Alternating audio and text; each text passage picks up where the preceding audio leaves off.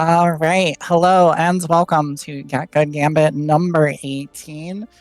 Joined with me today is Snail. How are you doing today, Snail? I'm doing great. I actually got here like 15 minutes ago or 30 minutes ago because I was out early in the morning, but I'm really glad I could make it. I'm really hyped today. That explains the pulled up last minute underneath your name then. It all makes Yeah, sense now. Yeah. Interesting round start, committing really hard with that with the heavy stroke, but already pushed out. Have to work your way back in. forcing out the burst, but Tessa is just relentless trying to get back in, and we see the benefits of it here. Already in the corner, H-stroke lands, and we're gonna get a wall break immediately. Not cashing out on the super, but still very good damage. Yeah, Ino's super is a little weird. Like when you're spaced out like that, it doesn't always hit in time to wall break. So it's actually probably a good use. We actually use the burst here to force one more mix and just get Axel in the corner, and that's gonna be the round to Tessa. Yeah, I kind of like the use of burst, like get the rounds. You know, if you can stay in on Axel, that's the best thing you can do. And I mean, we're seeing it again. Like Tessa's just able to get in. Yeah, we're seeing Plant go for a lot of 5P, and Tessa's just calling them out with the strokes and going under it, and just like that, Tessa finds her win, and that's already the first game. Yeah, I think a really heavy reliance on the dive kick is being used, and I don't know that the acrobat Axel here knows how to like check that really. Something to definitely watch out for when you're fighting Ino. It's very unsafe if she hits you with it, or not hits you, but blocks it. So if you can call it out, it's pretty good. Yeah, I think I'd like to see a little bit more, like, not reliance on, like, 5P in particular, but just 2P to check stroke, 2K to check stroke. But Tessa is looking very strong in her approaches. So we'll need to see how Acrobatic Plant adapts in the second game. So rounds are going to be just immediate retreat from both players, giving Plant the space that they want to maintain, but look at that, right over the button, already forcing the burst. Yeah, kind of again, like what I was talking about, dive kick is very committal. Even if you block it, it's your turn, you just have to take it. Actually, close slash is on that MLA, getting the work, but Tessa just burst back into the corner, and we're already going through the wall. No super wall break, but positive bonus. This is looking very good for Tessa. Yeah, I like that use of that the backdash there from Axel to stuff out the stroke attempt. But yeah, we see it again. Plant trying to keep space with these Rensons and 5Ps, but Tessa is going right over them. Oh, a bit of a late round start, but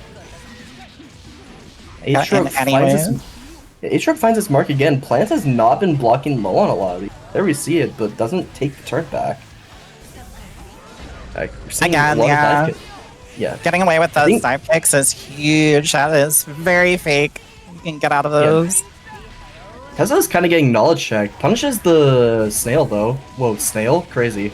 But yeah, Plant is definitely getting a little bit knowledge checked here, not punishing or trying to take your turn back on the dive kicks, because there's not a lot Ino can do out there. She can't act as fast, so Plant really has to know when to get these turns back and get these opportunities to push Ino back to full screen. Right now, Tessa's looking super strong with her approach and her offense. Yeah, you can mash 5P between the gap, like when Ino hits you with the dive kick and you block it to where she can like press a button again. So you can stop her from doing that. You just have to be ready for it. Same thing with 8-stroke, right? Like you can throw 8-stroke. Like you don't even have to sit there and block it. If you think it's coming, you can just throw her out of it. Yep. I think Plant is just being super passive on their punishes. Like, we're not getting much off of like blocking things that should end Ino's turn. And Tessa's being very greedy with keeping turns, and Plant isn't doing too much to punish that, so Tessa's just gonna keep doing it until it starts working. We see Charge Tornado come out, dive kicks right into it. Now we have Ino in the getting right back out with a stroke again.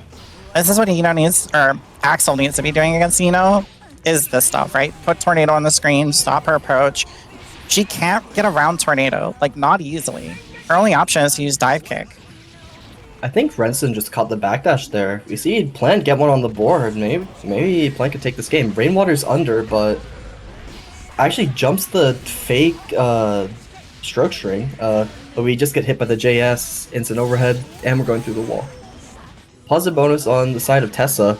Tries to get space with Far Slash, but just gets called out by the low profile again. Yeah, Tessa, once they get in, seems to like just keep looping pressure. I definitely a lot of mental stack going on, just trying to keep Eno out and see what she's doing. Good blocks though. Yeah, Plant is blocking up, but we just not taking turns back. Dot doesn't block the stroke again. This is very scary because now you're getting a wall break. You have burst on the table though. Rainwater comes out, actually beats the stroke this time, but is full meter, dive kicks, gets bursted out, and I have to hold... Never mind, dive kick back in. That doesn't work. Super doesn't work from that range, now you have to hold this again. Doesn't block the load, 6H doesn't find its mark. Okay, it's tornado set. Still in the corner, still in the corner, but looking quite a bit better, but Tessa only needs one more, and we stop FDing. The chip, that's so unfortunate. Note gets more hits the further it travels, and I've just left off block a little bit too early. Geo2P is pretty good in Eno because it beats both their low profile side stroke. But anyway, we're not talking about Eno anymore. We got Anji Mito versus Sin Kisk. Yes, we have... Is that Dea or D1A? I'm gonna say Dea. Yeah, we have Dea versus Sharkii on the screen. Burst out from both players already. Fujin doesn't block the L count, but that doesn't launch to a combo anymore. Get the close slash anti-air though. This is going to be a lot of damage for Sharkii. Oh, a little bit of a drop is unfortunate, but here in the corner as Anji. Gonna get poked out though. We get the full conversion, spend the stamina. Yeah. One interesting change they made to Anji recently. Oh, good air throw. The one thing they did with Anji is that they made his 2H really slow, but +6 on block, I think. So we've seen Sharkii use that once here with the 2H pressure reset, but it is pretty reactable, so I don't know how much we'll see it coming out of Sharkii. Going into duel 2 here. Yeah, it's a good start. Oh, a little bit of a late DP, but... Doesn't block it though, just tries to Fujin through it, and this is going to be very scary because you're running Fujin RPS against a character with a DP. I've heard this is very scary according to Anji players, but they hasn't been calling it out much. Yeah, gonna cash out with the 50 meter positive bonus. Okay, a little bit of a side switch, unfortunate. Gonna get the corner again for Anji, and nice job though, recognizing to get out. Burst bait. And blocks the burst. We're gonna see 2S punish. Is this gonna be no stamina to confirm the kill though? You couldn't RC that DP. Answered by the Fujin actually. Overhead, no combo because of Rin changes. Expecting the burst there, kind of backed off. Tried to force you're her gonna get killed for it. Tried to press something on wake up there. I don't know if it was maybe a super misinput or tried to do something. Maybe tried to wake up grab, but either way, Dea takes that first game pretty convincingly.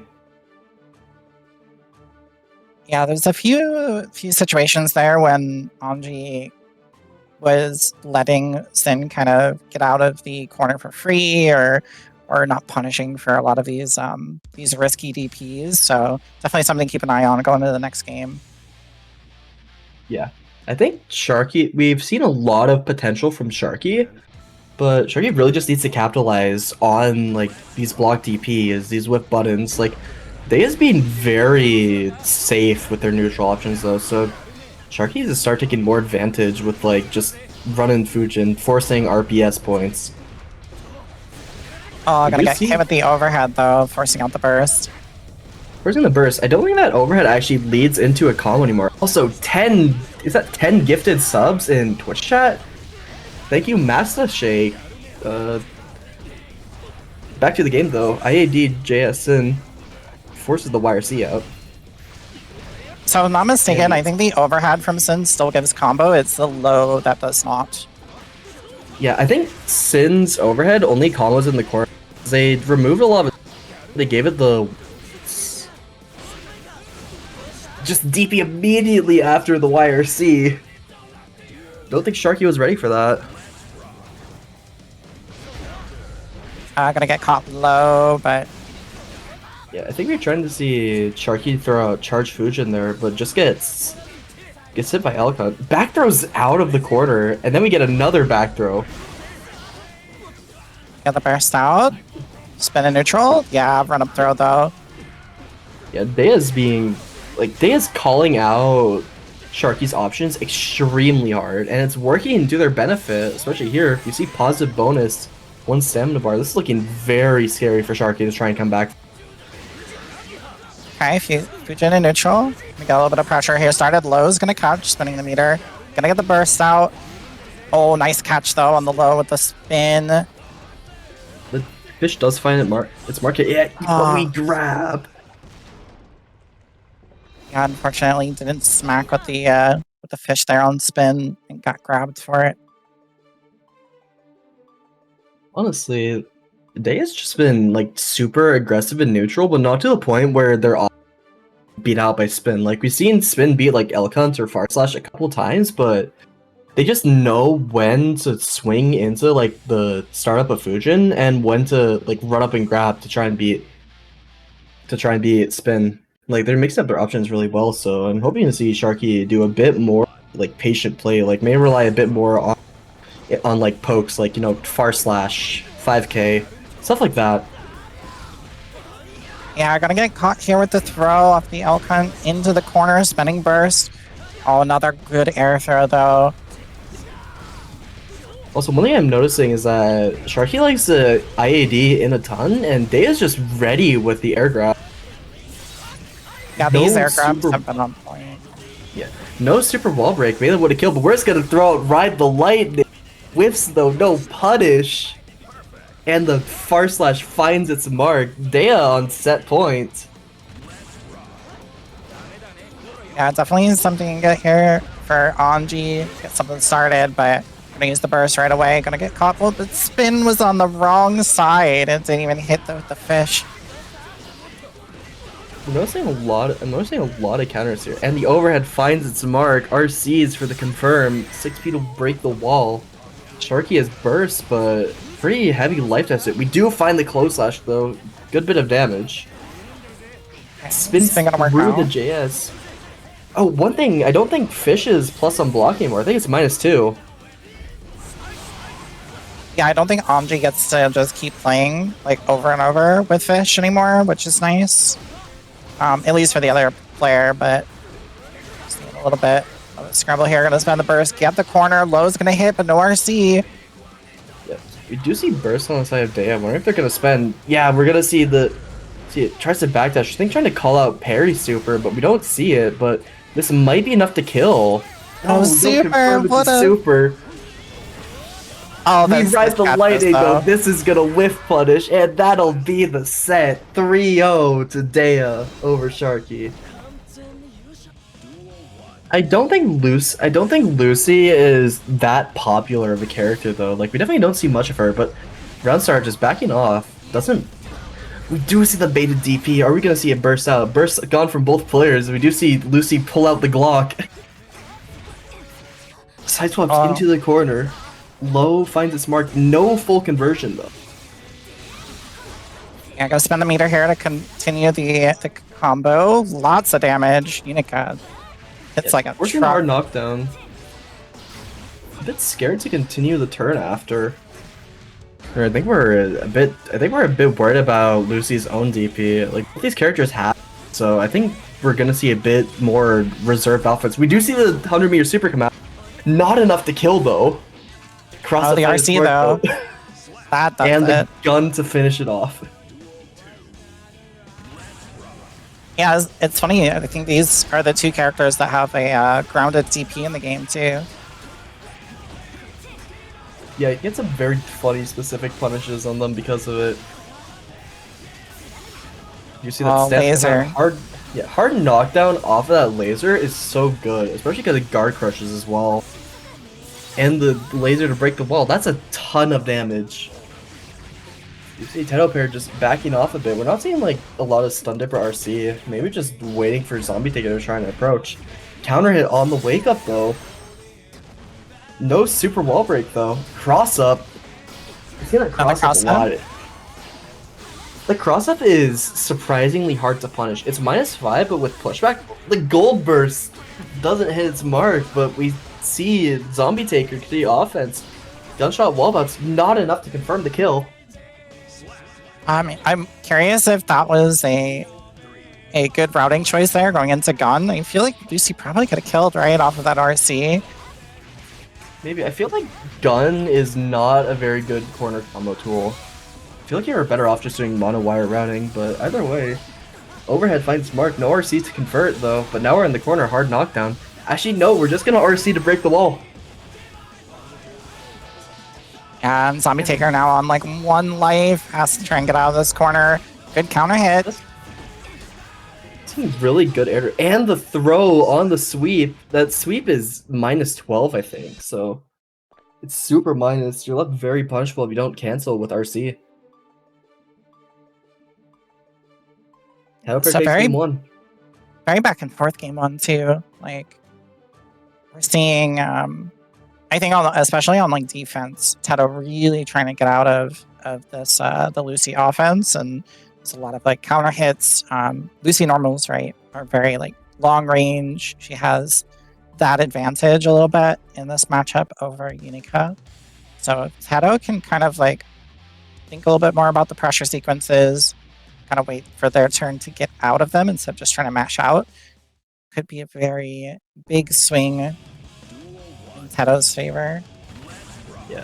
Another thing is that Lucy is very fast, so I think she really controls the pace of neutral with like the big buttons. Unika's buttons aren't small either. Like she has a really good far slash, but obviously like with Lucy's speed, it's very hard to actually keep up with that. So I think TetoPear really has to play neutral safe and find their offensive options there. We do see a wall break. And another thing though is that Lucy's health pool is pretty small and Unika does a lot of damage. Yeah, we haven't seen Hack Super come out yet either, which could be a big game changer. Yeah, Thunder RC does find its mark there. We're taking to game 2. TetoPear still has burst advantage, but we see it come out immediately.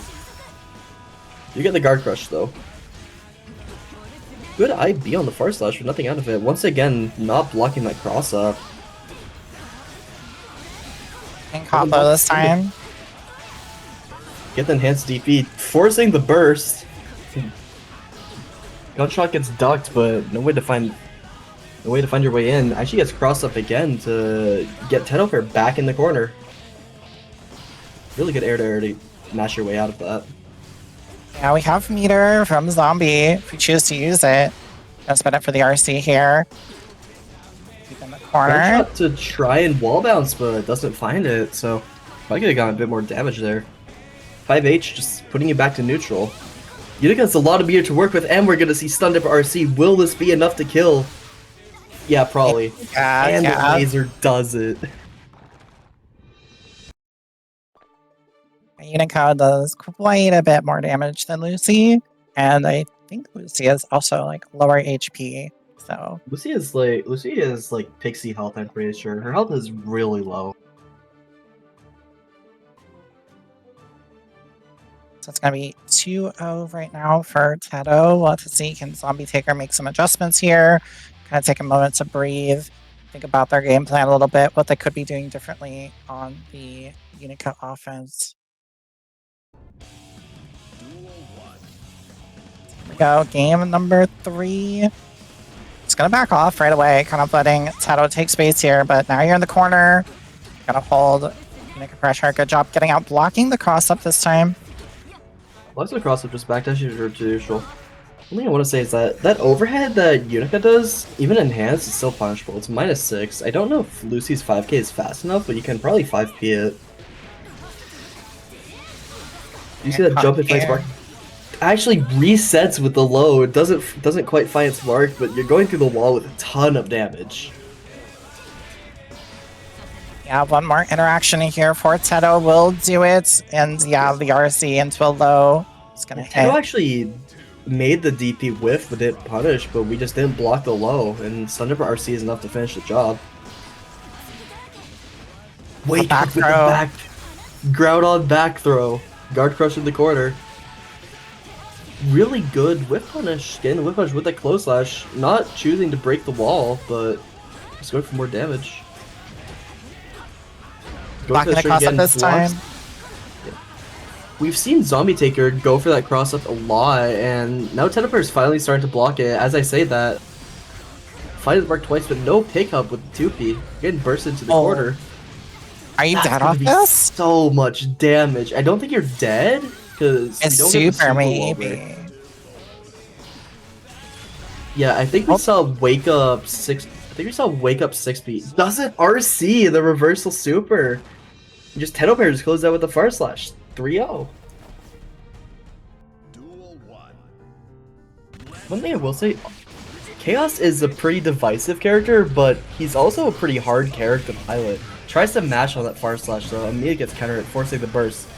We're seeing that classic HC neutral, just firing guns, almost out of concentration there. Puts the gun away just in time. Oh, wake up parry super though. Gonna catch you, try to kick you. I'm liking what I'm seeing from Rosa so far, with just being able to manage the concentration gauge so well. Like we're not running out of focus. We're making sure that we put away the gun at just the right time. Nice catch there on the yellow. Yeah, fully charged Fujin to catch the backdash though, forcing the YRC, but just JP's roll cross up, get a bit of concentration back. The JD finds mark, but no full pickup, and this could be enough with the gunshot. Yeah, and a little bit unfortunate getting stuck in the HC pressure. Puts you in the blender, you have to guess. A lot of mix. What's the 6P? Lorean Quill actually whip punish it fairly well, but the close slash is not meaty enough. It gets back thrown. We don't run offense after. Nice, Nagi Hog gonna work. The RC getting a lot of damage with that pickup. Go through the wall. Rosa does have bursts on the table though. Full resources as well. We're not running in to push our advantage, but that burst bait! And the RC to immediately bait the very strong play from Lorean Quill. Nice, again, Nagi Hog gonna find Smark there at the end. Nice 6P for the anti-air and a nice little pickup in the corner. Caught you mashing with the counter hit there. For escape. I see a lot of Lorean throwing out 2S to try and catch Rosa jumping out, but they're just a bit late. Parry super on wake up again though. It's now 2 for 2 with those parries. Always something you gotta watch out for playing against Anji. We do get the anti-air at the steady aim though, trying to catch Lorean Quill air dash again. Curse is on the table again. You have to hold chaos neutral. We are low on bullets and focus though. J2K. Nice. J2K the cursed button, but we just burst out and then Lorean Quill takes the first game. Yeah, really well played by Lorean there. Realizing the situation, spending the burst to keep the corner. J2K is an evil button, but that was a very good option. Yeah, really in that situation, I think bursting is very good there because you see J2K side swapping, you see HC with very low resource. Like, you burst them into the corner, this character has pretty weak defense, so as long as you don't get like 2K'd on a gap or something, it's looking very fortunate for you if you just burst there, because you just have a cornered HC. Calls out the backdash with the Nagiha again. Yeah, trying to get the corner, but HC has curse applied, so you gotta worry about all of this nonsense that's happening. Yeah, we're seeing a lot of like backing off and neutral from Rosa, but like doesn't punish the Rin. We had no meter RC that. Nothing from Rosa. Nice. Another wake up parry. Not the close parry this time, but still gets a fair bit of damage. Yeah, caught the gunshot that time, so didn't get the full thing, but still. Back throw incident yet again. Nice, so you're in the corner now against Anji. Yeah, what's the mix? The backdash with the far slash. No good anti-air though, and the 5K to pick up. Yeah, really good job using Anji's anti-air. Really strong option to keep people from dumping. Yeah, we're going through the wall here. No meter to super, but throwing out Curse. Curse applied, forcing the burst. Good 6p though, forcing you back to full screen. Lorean Quill is just really... No punish again, we just run up grab. Lorean Quill is just running forward, like not dash blocking. Rosa's not trying to throw out a lot of gunshots to challenge this, so... Lorean Quill is doing a lot of that, and it's working to their benefit. Not there though, Fujin Nagiha does get stuffed by the steady aim. Pretty big conversion, not enough to kill. You have no resources, but... No OTG? Okay, we're good, we're good. Yeah. We see the jump out, no OTG though. But we just close slash to finish it up.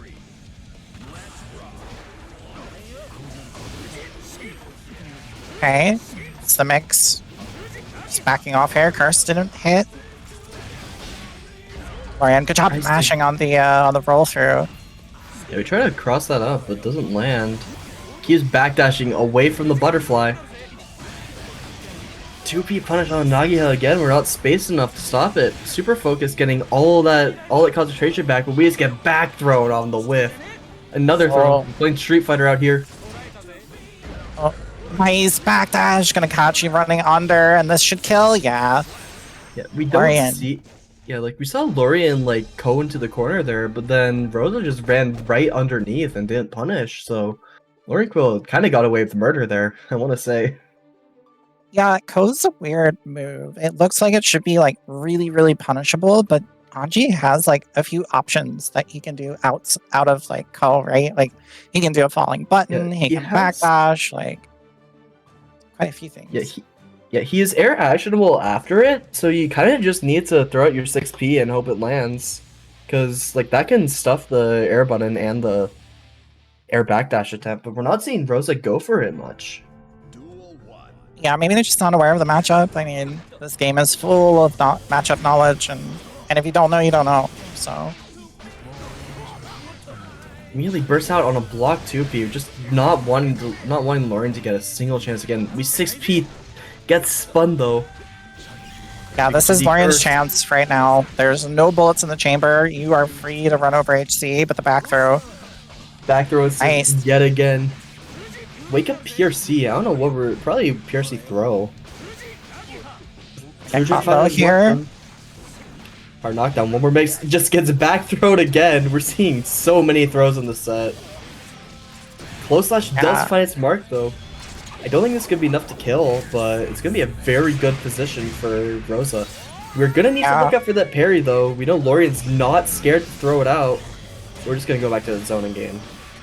Never mind. I think there was maybe an attempt there to try and do parry in the gap. Yeah, they're either trying to parry or like jump out because they got caught by 6k and 6k is a low, so they had to stop holding down back. Anti-air with the gunshot. Bursts out on the table. Run up 6p, doesn't get punished for it. Close slash 2D. Yep, no, out of focus now. We do see Super Focus come out though. 2p6h though. Hard knockdown applied. Lorean gonna get caught with the low here, getting the corner again, gotta hold butterfly pressure. And caught trying to mash. Yeah, tries to mash on the pressure reset. Gets called out for it hard. Far slash whiffs. We gold burst after fighting it hit, but Lorean just blocks it. That gold burst is going to be devastating. You're going into this round now, no way to get out of Anji pressure. Very scary. Good 6p though. I'm not gonna lie, that gold burst would haunt me. If I lose this round, the gold burst is haunting me for the rest of my life. Yeah, this is scary. You just have to eat all this damage. Burst is not going to be on the table anytime soon. Whips the far slash though, 2k 2D. We're going for the Vulcan. It's actually gonna... I think that's super OTG. Never mind. Happy Kill super picks up anywhere. That is true. Lorean Quill does burst. Fujin goes for pressure, it gets jumped, but no punish on it. Oh, this is gonna hurt. See someone... We don't get the kill, and now you spent full meter on nothing. Bit worrying. BRC, JS, very scary situation. Rosa can take this. And the super wall break. Not enough to kill. Look at how much burst Lorean got off of that. Like, you're in the corner. Gunshot fights and the blue wild assault. Rosa putting a game on the board with that. I drink water 1 sec. Yeah, a little unfortunate there. I think Lorean might have been going for another parry attempt. Had the meter for it. You know, you can definitely try and squeeze that in between a gap in pressure, but got counter hit instead. So Lorean going to be Hi, Jeek. 2-1 at the moment. Yeah. I think Lorean is trying really hard to just press out of Rosa's pressure. Like, trying to call out fake gaps. Like, Anji 2P is such a good Abari option because of how far it reaches, so I think they're wrong in doing that, but Rosa is just covering gaps with Gunshot, with Blue Wild Assault. Yeah, it's really hard to pressure on AC pressure, unfortunately. He just has so many ways of filling in those gaps that look fake. Let's start immediate cancel into Nagiha. I've been saying that Nagiha is Stun Dipper, but people don't believe me. Counter hit, bursts on the something like that. RC doesn't pick up though, tries the 2H combo, but doesn't find its mark.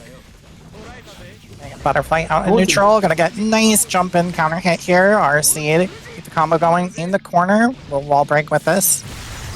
I actually really like that from Lorean because we see Rosa's trying to steady aim there, so we just kind of jump in and make sure the reticle can't shoot them out of the sky.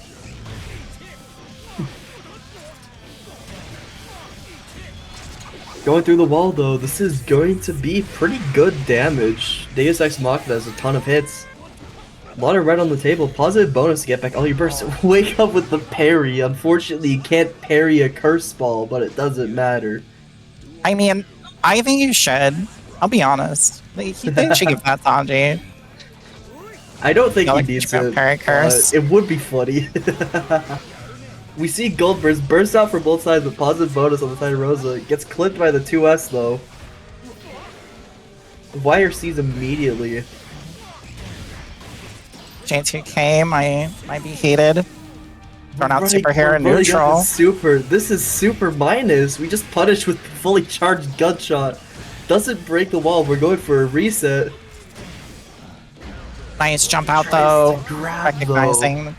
Rosa definitely has a habit of going for throw when they're out of bullets, and Lorean's catching on. Back throw again. Actually throws Lorean out of the corner. Gets clipped by the Nagiha. I think that now going through the wall. Burst on the table, but this is still very scary. Because all it takes is one bad interaction. JS, no only one bullet though. Blue Wild Assault, only one bullet in a dream, but we don't need it.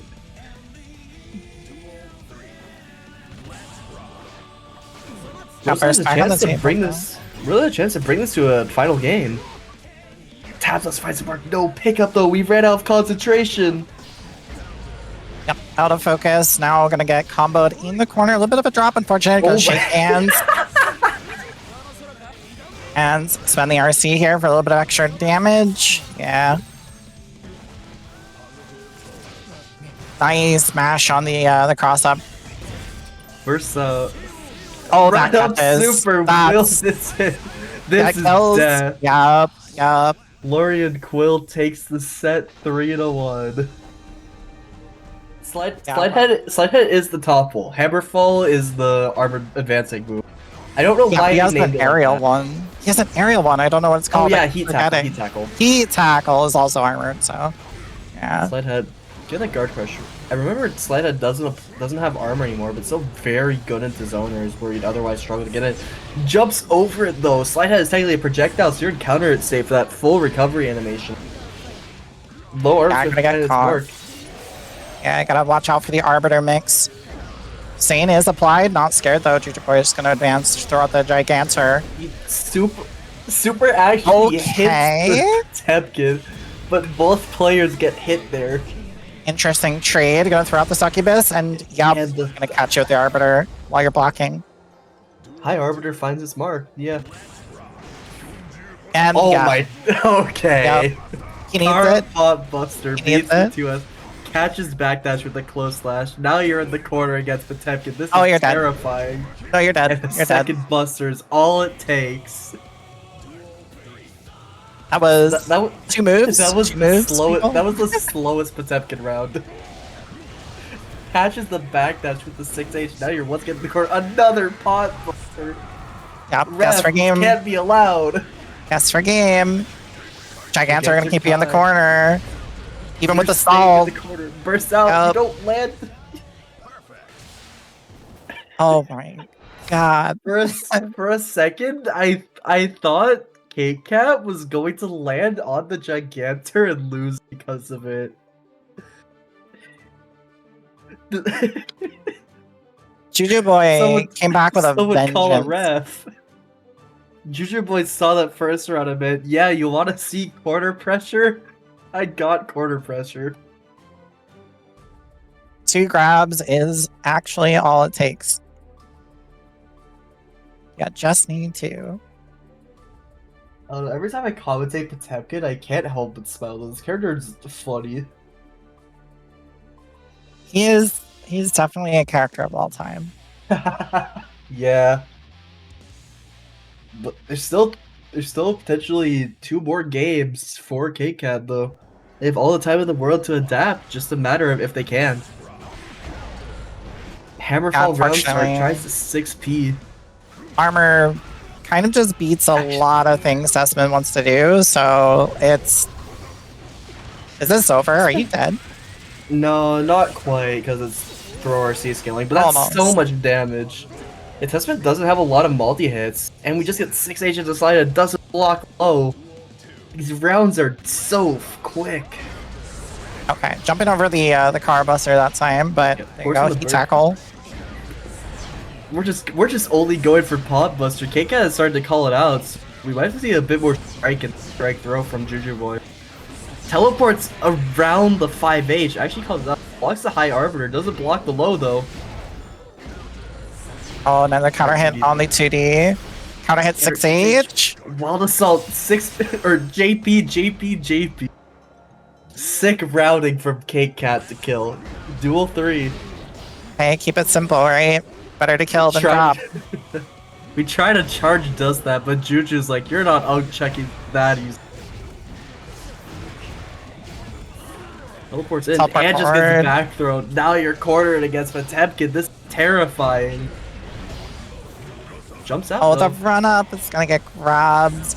Nice backdash Tries though. to pot buster, but CakeCat is already backdashing. Gigantor Kai Oh, actually gets hit out of it. That super is not involved.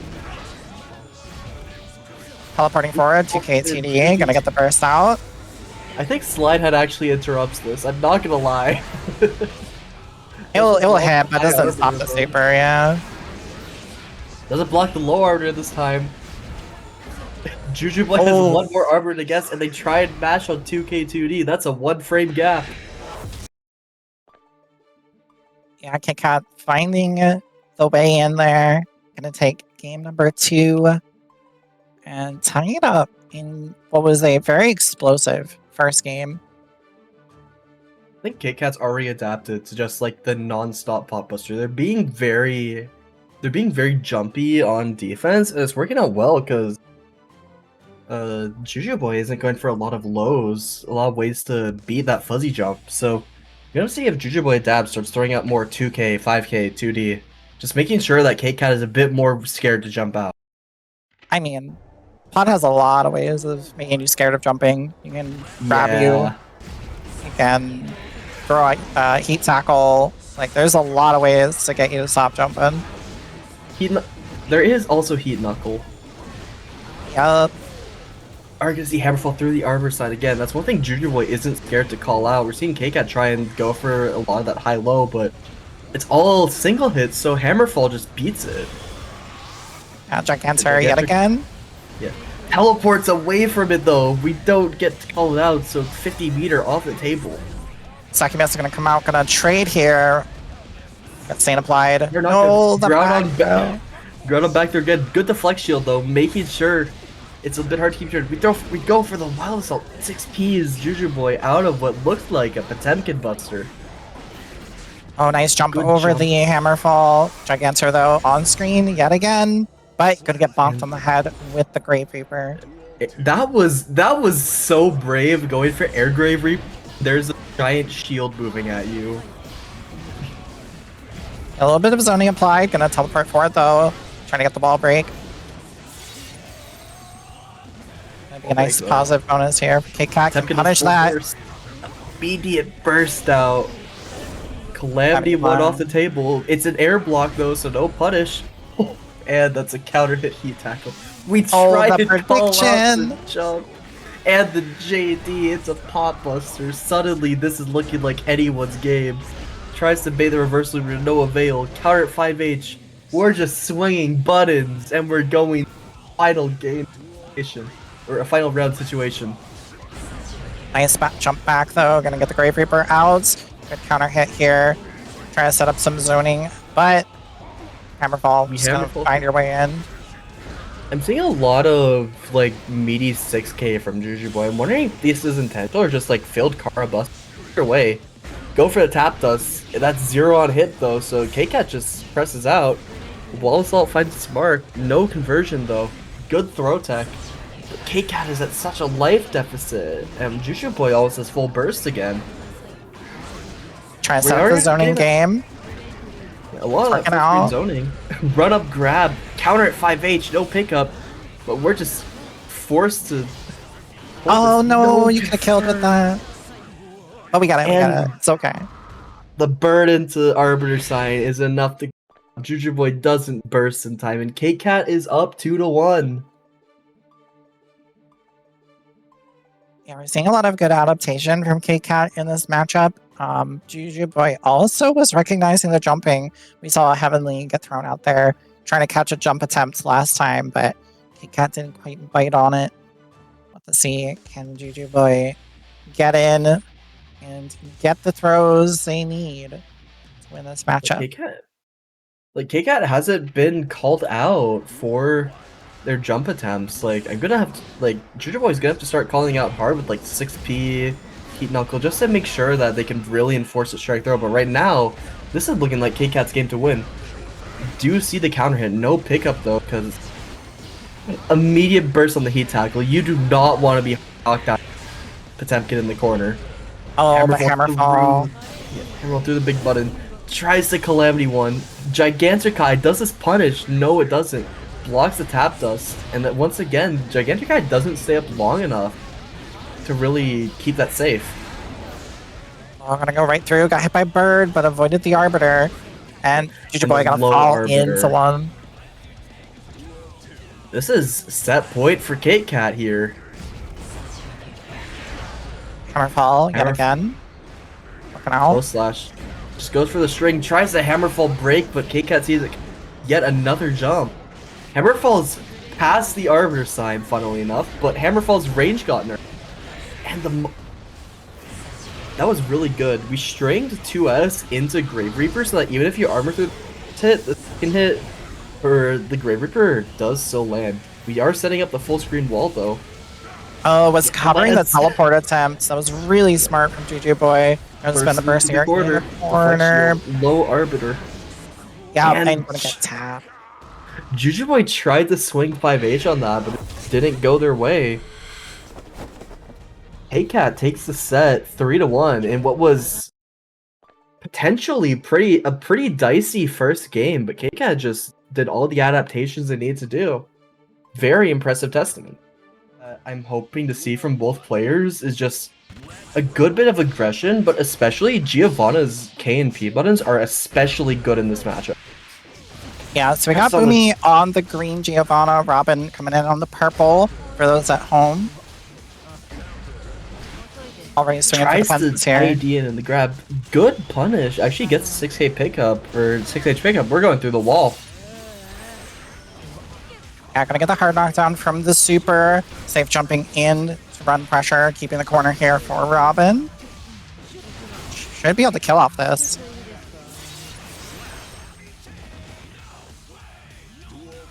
Let's see, can Boomiey. Something started here. Oh, 6P though, gonna catch the jump over. Catches the back, really good backdash catch the far slash, but unfortunately gets burst into the corner because Gio doesn't have corner burst safe routing, unfortunately. 6H calls out the jump attempt. Good 6P calling out the flip kick. This might be not quite enough to kill, but 5K, 6P, 214K, the classic Geo combo. Robin takes a pretty quick game 1. Yeah, Boomiey trying to find his footing here in the neutral game a little bit. Robin doing a really good job just keeping pressure up. We saw a lot of really good 6Ps as well coming out of Robin, kind of catching Boomiey, doing a lot of options. So have to see what happens. What I'm noticing is that Robin is being very active with their neutral. It's like we see far slash to catch backdash, we see 6P to call out like, I don't know, something like, yeah, or I guess that was Boomiey there. You get 2D, counter at 2D, but we're seeing a lot of neutral callouts. Tries the 5H, we try to 5H the fake guard dog. Yeah, it was unfortunate that it pushed out of the corner, but Boomiey got a nice pickup here. Full conversion into super. Does this kill? Boomiey is hitting better. Boomiey is hitting better hit confirms than I do. Counter. Tries to throw for the kill. Dash far slash though. No burst quite yet. Making sure we save it, but never mind. We burst on the slash, and the counter hit is enough to take it. Spending burst to get the rounds. A little bit scary going into this next round when Robin's going to have full burst available. Boomey's not going to have anything to work with. Good. We're seeing a lot of nice good backdash. Let's see is applied. Like they're backdashing, they're walking back and just whiff punishing options. Like you're seeing it a lot, especially on the slash buttons. Tries to 50-50, doesn't fast RC, doesn't low. Good FD calls out the backdash with the Another delayed throw. And another ground on back throw. Nice. Dash DP, the classic. This is going to be enough to kill. Boomiey brings it to 1-1. What a reversal for Boomiey, right? Bringing that back demandingly in game number 2. Some really good routing. We saw like Boomiey being really smart there in the corner, just kind of slow walking back, waiting to whiff punish. The Geo classic. We're tying it up. I really like these adaptations I'm seeing. Like, we're seeing a lot of dash far slash and dash 2S from Robin, so Boomey's just waiting for those whiffs and then finally dashing back in and punishing with that 5K, or even that 5H in some cases. But very impressive gameplay. What if Robin's gonna start going with shorter range or shorter options just so that Boomiey has to be faster? However, yeah, we're seeing two counter hits, 2 bursts. Oh, what is going on? Strive Earth moment, but looks like we're good. Probably gonna get the super wall break to break the wall. Yeah, stream is lagging a bit. I can't tell if it's me or just good frame trap with the Chave enhanced. Shimmy's the throw though, and the super wall break. That's going through the wall. Robin has quite the health deficit, but we do have meter for our reversal. Nice, another good whiff punish. Really good hit confirm from Boomiey. Again, gameplay. Up around here, gonna 6P round start, getting caught here with the doggy dart into throw. Has the corner. Strike throw, gonna get caught with the heavy slash. First off, we dash up 2D. Not quite the confirm we're looking for, but still pretty good damage, but we get fart slash into the corner. The new Giovanna in kick is so good for her, because she gets hard knockdowns. H5H now. That was such good routing. Gonna get the jump in, caught low, into super for the kill. Boomiey gonna go up 2-1. Really back and forth set. Oh, look, people say, oh, in order to block Geo, you just have to down back. But Geo has, like, really scary strike throw, and she wants to make you back. Both those options means you can't hold down back. So, if you can call, so Geo can call that out with 2S, and I saw there get 2S. We're seeing a lot of that from Boomiey so far, and Boomey's on set point now. Yeah, Boomey's sitting on set point if they win this. Counter hit 6H, force the burst. A bit of a scramble going on, but nobody's budging on anything. Oh, that was another whiff punish potential there. That far slash is very active. We try to press on the 5H, doesn't find its mark. Nice pickup Hard here knockdown for applied. Robin. You're stuck in the corner, but we go for the tap dust. It actually catches the backdash. Good routing from Robin. Doesn't jump high enough for the break, but doesn't matter. We get the enhanced DP. Picks up with a 2K. That's going to be the round for Robin. Yeah, Boomiey will have burst on the table here in a little bit. Robin, though, has the pressure going. Nice tech. Jumping out of the corner. Boomiey. Let's hold this. Got a nice counter hit here. Oh, went for the reset. Alright, into super here, getting the hard knockdown. And meter much needed here because Robin sitting on the other side of the field here with full meter available and spent 50 of it on the RC, another 50 on the red RC, getting the pickup into the corner. Gonna miss the draw kick. The enhanced wolf kick actually whiffed there, but doesn't block the 2D. Does it kill? And oh no! Not quite enough, wait. We've reset with the throw. Giovanna classic. It was a reset the whole time. Runs into the 2D. That move is super active. Actually punishes the flip kick with close slash. No full pickup though. Yep, Robin, nice conversion there. Gonna get the cross up as well, picking up, going corner to corner, spinning the burst here from Boomiey. Nice counter hits. Good way to get things started. Gonna route super, right into super. I don't think this carries far enough to wall break. I mean, but we try to see what looks like an attempted super from Robin, but nothing budges, and the falling JH. That's gonna do it. And that's gonna take us to game number 5. I am so joyous right now. 2 Giovannas on stream and a game 5. Life is so beautiful.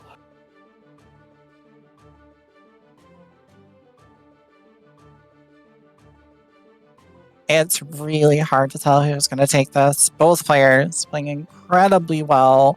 Lots of adaptation happening mid-match. Yeah. One thing I'm seeing a lot of is that Robin will take a down, but then they won't run up for immediate. Like, even when Boomiey has Worm Beard, they're sacrificing a lot of their Oki for that. Flying Boomiey to potentially take the turn back. 5K into close slash, frame traps that actually, or catches a delayed press. Backdashes the wolf kick, doesn't reach far enough, and actually catches with the close slash. This could be a lot of damage. Yeah, a lot of damage and a wall break. Positive bonus is looking really good this round for Robin. I mean, it's gonna back up. We see Robin walk back again, and the tap isn't quite enough to kill, but the 6p2 on 4K is gonna do it. Robin on set points. Boomiey commences this round with the burst advantage. Round start 2H. Catches another backdash from Boomiey that wall bounce is gonna send you through the wall. Oh, nice call out. Boomiey isn't ready to 6p those, but tries to go for the hard knockdown. Burst on the counter at 5K. That could have picked so much damage if we don't burst that. Good pickup. Nice. We're just gonna take the hard knockdown. 100 meter on this. Yeah, we're just. I saw it FD. Were we FDing? Yes. Gonna spend the RC to make it safe here. Counter at 5K. 5 is mark. Counter at 5H. This is gonna do it if we don't drop, and it does it. Robin takes the set 3-2. What a close set between these two. Really well played to both.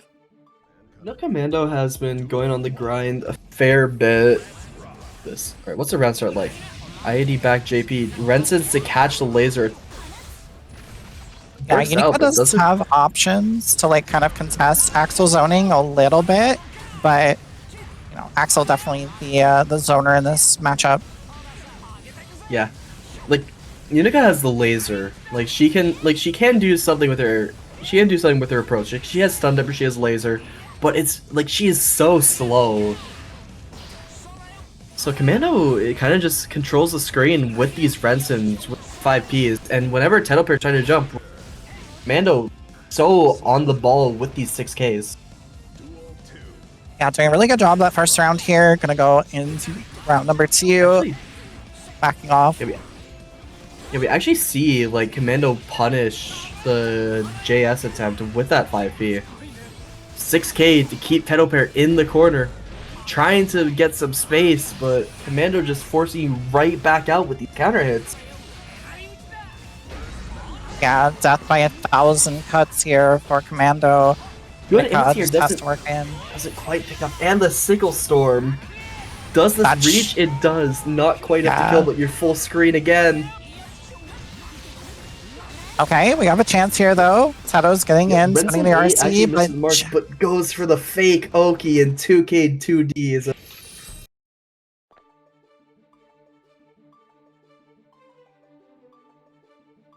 about what you expect, I believe, from this matchup.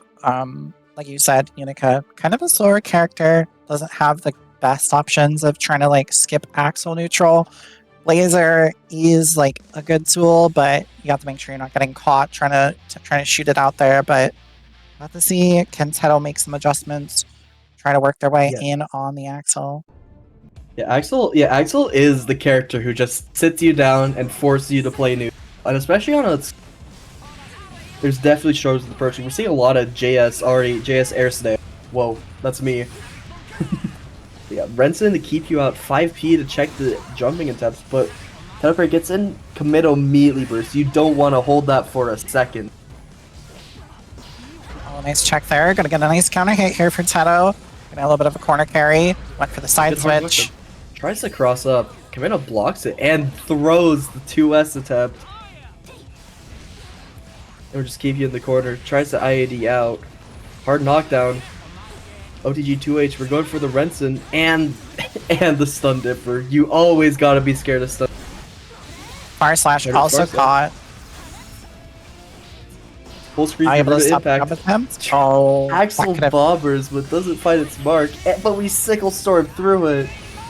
And it's enough to kill. What a great reaction from Commando. Able to super between the gap. Charge Wild Assault doesn't quite find its mark. Actually gets blocked, you can't special cancel anymore, just cancel in general. Guard Crush finds its wall breaks with the Sun Dipper though. Snail gets blocked, minus 15, doesn't do anything about it. Gets clipped by the overhead this time. I think we tried to jump out, but to no avail. TetoPear, Commando PRCing in the corner. 2D Powder burst. 2D finds. We actually hero burst there. Will this pay off? Hard there's quite a big life deficit here, but slowly making it back up with these buttons just getting thrown out full screen. Just like that, it's already over. The command grab. And the time stop. Not the taunt. Commando, no. Finish your food. You can't be doing this. The taunt. It didn't even kill. We just fully BM'd knowing that we were gonna pick up after. Taunt into not getting the kill. Was rude. Yeah, I was gonna say I respect it, but I don't even know if I can say that. You didn't even get the kill. You taunted and didn't get the kill. That's crazy. I'm gonna write a strongly worded letter to Commando after this game. Here we go, though. Teto has to shake that off, get back into the game here. There was no taunt. Teto did not get taunted. Yeah, we see Air Snail goes unpunished again. We're seeing Commando go for that so much. That move is so minus, but TetoPear is just getting knowledge checked on it. Run up 6p into Rainwater. Nice start here, able to get the knockdown.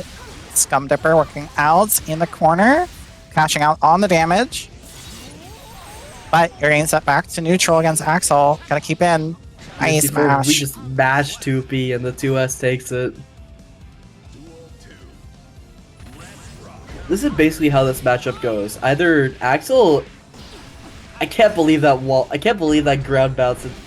But yeah, basically, Axel controls it. But if TetoPear gets him, it's like, they can start kind of running it down. That low multi-hits, TetoPear doesn't budge on it, but we're getting forced to full screen anyway. Catches the jump for that 6k yet again. Swings a Fire Slash, gets punished. We IAD in, finally gets the spark. Hard knockdown, never mind, we RT. A lot of damage on the table. Burst of the for Commando though. We are seeing forward, looking at the options, gonna back up, but getting at the command grab again. Jump the time stop. Grab. We try to burst, burst bait. Oh, and it's gonna hit! Punishes. Will this be enough? It will, of course, be enough. Yeah, just unfortunate there from Teto getting caught out by the time stop in neutral, but not out of it yet. Still has the opportunity here. Gonna get pulled closer. Good job staying in here in the corner. Nice overhead, gonna catch and the wall break.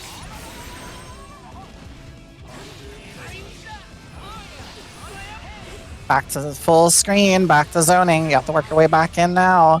Teto IAD forward, but Commando's so ready to stuff these air dash attempts. I think it's that 6K in particular that's putting out dividends for Commando there. Like 6K just you air block it. Oh, YRC faded. And Such a good TetoPear getting a game on the board. I know for a fact that they did not like that taunt very much, and they are locking in because of. Yeah, getting your YRC blocked might actually do more mental damage than taunted and not killed. Just goes to show that even if someone takes the first 2 games, it really is anyone's game here at Get Good Gambit. Yeah, as we move up into the bracket more, these players are just getting closer to closer in each other's skill, and Teto by no means out of this. Back to full screen though. Commando kind of in their own right now, sitting full screen with Axel. Consider backdash JS, fight this mark, no real pickup off it. We're just kind of keeping the space. Burst on the 5H while we just don't want to hold a single thing that TetoPear is doing. And the Renson into Renson is going to be enough. Commando set points. Teto down but not out. Yeah. Getting the way in here. Really good whiff punish there. TetoPear ducks the 5P and then punishes it after. But we burst out, forced to play full screen against Axel. Throw baits with the rainwater. This is gonna hurt a lot. Misses the OTG 2H, but we just don't care. We're zoning and we're keeping it that way. Air Snail fights the Spark. Runs up with the Snail. Any heck could do it right now for Commando, and that's gonna do it. The punish on the Stun Dipper attempt. That Dipper is way too minus to try with that. Commando was absolutely even IBing it. Commando takes a set 3-1 and makes top 8 winner's side. Yeah, here we go. Game number 1 of top 8 winner side. Robin on Geo, Lutanic on the Faust. Yeah, we already see it there, right? Robin went for a dash 5K, but Faust crawled under it and then punished with 2K.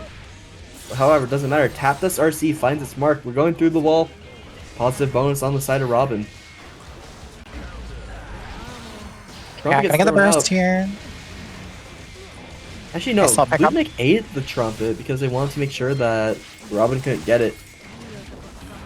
Really smart use of the item super. Just run up and get the command grab and bonked on the head with the overhead scalpel. Game or round number 1, I should say. Going to Lutanic. It's a bit scary to try and react to those 6Hs in such chaotic situation. That's like one thing Faust is really good at, and I think I've seen Faust in quite a few beginner bracket top 8s. I think a part of that is that Faust is so good at just filling your screen with stuff, and that can be overwhelming to deal with. Robin doesn't seem to care though. We get counter at 6P, 214K into the super wall break, spinning dog kick, hard knockdown. We safe jump this. Lutanic tries to go for something on wake up, but the JH catches whatever they were pressing. Yeah, a little unfortunate. Jumping kind of got stuffed there, trying to press a button for Lutanic, but off to a good start this round. Nice really conversion from Robin. Getting the full pickup as well, and enough meter to go through the wall. Look at all that damage that Giovanna gets off of counter at 5H. This character's so strong with her routing. Throw again, nice. Throw again. We're playing Street Fighter. RC trying to bait burst, but Lutanic just holds it right until Robin goes for that close slash. And now we're back to mid-screen, but really good mash. Counter hit confirms 5k into close slash. Really good pickup. And Robin takes the first game.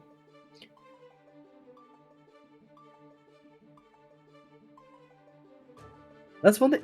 That's one thing that I'm really impressed about when watching Robin is that they are so good at recognizing when something, like counter hit 5k into close slash, is pretty difficult to hit confirm. So the fact that Robin is this consistent at it is very strong play. Yeah, doing a great job in the matchup. You know, Faust definitely has some buttons to kind of stuff Geo's approach. Oh, that could have been scary. Actually kicks out of the Chave, catches Robin trying to go for Chave flip kick, it looks like. We dash far slash. Lutanic just walks away from it though. Forced into the corner with Afro reply, but we just jab out. Pressure, that doesn't exist. Doesn't opt for the super wall break, but we try and jump up, get clipped by the 6P. Lutanic trying to bait burst, I imagine. Counter at 6H into meteors. Thrust. However, you got meteors. So yeah, you just win. You won the gamble. Just item better, RNG better. I'm thinking that Robin isn't scared to like throw out just the -5, making sure that you have to RPS your way back to neutral. Tries to spin out of the incoming trumpet, but just doesn't find its mark. Yeah, it was a good job chasing that down. Now it has mini Faust though on the field. Watch out for that. Spinning the burst. We're up 2D. Catches Lutanic pressing something. This is going to be enough for a super wall break. You have 100 tension. That's going to be a lot of damage. Lutanic has only 50 meters, so Robin can just safe jump this. Super PRC doesn't exist anymore. Gets wide seat though, dashes into the corner, and the super. That's going to close it out. Yeah, we see Lutanic really loves this overhead scalpel. It's been working out quite a bit, but I think Robin's finally catching on to it. I'm going to get the throw into corner pressure. I think Robin was trying to go for the OTG. Oh, that's unfortunate. Grounded 5H into enhanced DP doesn't pick up. You have to make sure your 5H wall bounces in order to go for that. So Robin was a bit late on that hit confirm. Doesn't matter though. Counter far slash, not quite enough. Ground on back throw. By his mark. We go for the item eats. 5k to nothing. Counter hit 5H. Another meteor are out. Oh, that's gonna catch. The best super in the game. Jumps over Faust J2K and punishes. Game 2 goes to Robin. Yeah, that was a really, really smart use of that super to catch the little Faust dive kick there. Robin seems to be doing really well into this matchup so far. Robin's just very commanding of the neutral. Like, Lutanic has a few places where they can throw up pokes, but generally Robin's picking the right places to jab, the right places to kick out. One thing I'm noticing though is that Lutanic is getting away with this round start 2P a lot. I don't think Robin knows, but Giovanna 2K actually beats that at round start. Nice jump in, but get bursted. We just run up full screen for the snip. Now you got the low taper fade that you gotta hold. J2K mashes on the snip, but to no avail. Really good 5P. We're just not respecting any of Faust's pressure. Oh, gets countered by the JD, and that's gonna take the round. I think we were trying to see. I think Robin was trying to 6P or DP, but just couldn't find it. Nick's gonna get away, putting himself a bit early. Counter at JH, but Farslash doesn't find its pickup, so you get whiff and back thrown. Counter at 5H though, we've seen this routing before, it's gonna do so much damage. Not quite enough to wall break, but putting Lutanic in a very precarious position. And Mini Faust goes missing. We just throw out 6H though. Suddenly, you're stuck in the corner, but we just dive kick through it, and Lutanic is going through the wall with a hard knockdown. Okay, gonna spend the burst. Oh, that's might come back to haunt you. Gets caught on the landing recovery by that dash 5k. Actually, whiff punishes the 5H with your own. Robin going very aggressive on the round start with the dash 5H, but Lunic's just ready for it. Doesn't block the cross up though. This is very scary because that's a full launch. And we're going for the wild assault just to make sure we get the wall break and positive bonus. Geo with positive bonus is super scary. Another counter at 5H. This might be enough, but we drop the pickup just barely. Tries to drill but gets caught by the J2K. Now you're stuck at full screen with mini Faust, but meter has been spent and the frame trap, and that's going to do it. Robin taking it with a very convincing 3-0 over Lutanic in this winter semis. Sure. Yeah. Either way, we're going right into it. Yep, here we go. Top 8 winner side. Riley on Anji. Commando coming in on Kai this time. Doing a good job already. Nice pressure here, pushing to the corner. She's gonna back off though and keep the zoning up a little bit. Bit of fireball zoning going on. Gets the counter at 5K, not ready to hit confirm it, and just tries to go for a throw, but you're 2+. We just DP. Backdashes the throw this time. Commando holding on to burst. Stun Dipper RC. Drops the pickup just barely. Okay, what's the mix? Overhead. Doesn't block the overhead. The option. Low this time. And Gonna low. catch. I'm not gonna lie, I was fully expecting Commando to just let these DPs rock here. Jumps over the spin this time. Tries to answer with a close slash, but just finds it again, forcing the burst out of Riley. Run up grab doesn't quite find its mark. Gets stuffed by the 2P, and that actually picks up into a close slash.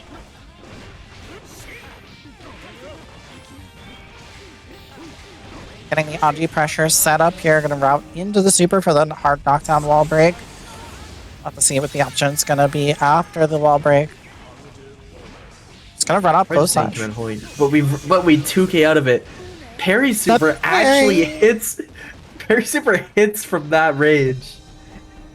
Yeah, It sends anything. Commando through the wall. It grabs projectiles, it grabs normals, it grabs specials, it grabs everything. I think that's gotta be a knowledge check, because Anji Parry hitting that far is kind of insane. I think you have to be a bit scared about doing charge stun edge in that matchup because of it. I have had Anji parry Eno note from almost full screen and hit me with it. This character's broken. What's the Anji conversation? It's a good super. It's a good parry. Blocks the overhead this time. We push with 2K2D. Trying to go for a bit of extension for Future Arc +4 into the throw. The Kai Keys special. More overheads. Actually grabs the fake pressure. Back throws you into the corner. It's caught by the Nagiha. Commando is very conservative about when to spend their burst. I think we're gonna hold it here. Riley is really trying to bait it, but Commando is not budging. And we 2K2D, we actually side swap here. Drops the combo, and the parry super is gonna be enough. It's always a threat. You have to keep your eye on Anji's meter. Like, if he has 50 meter, you have to be conscious that anything you're doing could just be into a parry. Nice use of DP is DP the though. Fujin this time. Trying to make sure that Riley just can't get greedy with the pressure resets here. We run up close slash into the spin, but nothing comes out of it. And we grab this time. Yeah, classic run up We throw can see back throw Anji. this time. Remember, we see the stun dipper. No burst. Commando's really tried to bait it there, but we're staying to neutral. Tries to dash into the fireball. Tries to burst bait again, but gets back thrown for your troubles. Stun dipper RC. He side swap, drops the close slash, but baits the throw this time actually. Trying to make sure that you stay in the corner. Gets mashed out on the Future Arc though. And the 2K is about to close it out. I think Riley was trying to bait a DP because all of Anji's follow-ups on Fujin are DPable. But if Anji empty Fujins, he's only -8, I believe. So it's just you're just not minus enough to bait DP. Charge Stun Edge again. We're playing Street Fighter out here. Tries to back throw, but once again you're 2+. Counter at 5H is gonna throw massive damage. Not quite enough to kill. We reset one more time, and we just DP. Really good anti and the corner. Yep, parry. RC it though, keep it safe. Commando, you have burst? Commando, you have Garfield! Garfield, you have burst! You gotta use it sometime. Commando is being really greedy. Hopefully I think they're trying to catch Riley resetting on a burst bait, but Commando just Riley just didn't budge. They just ran up 6 speed. Are we gonna see the axle switch? No, we will not. Sticking with the Kaikis.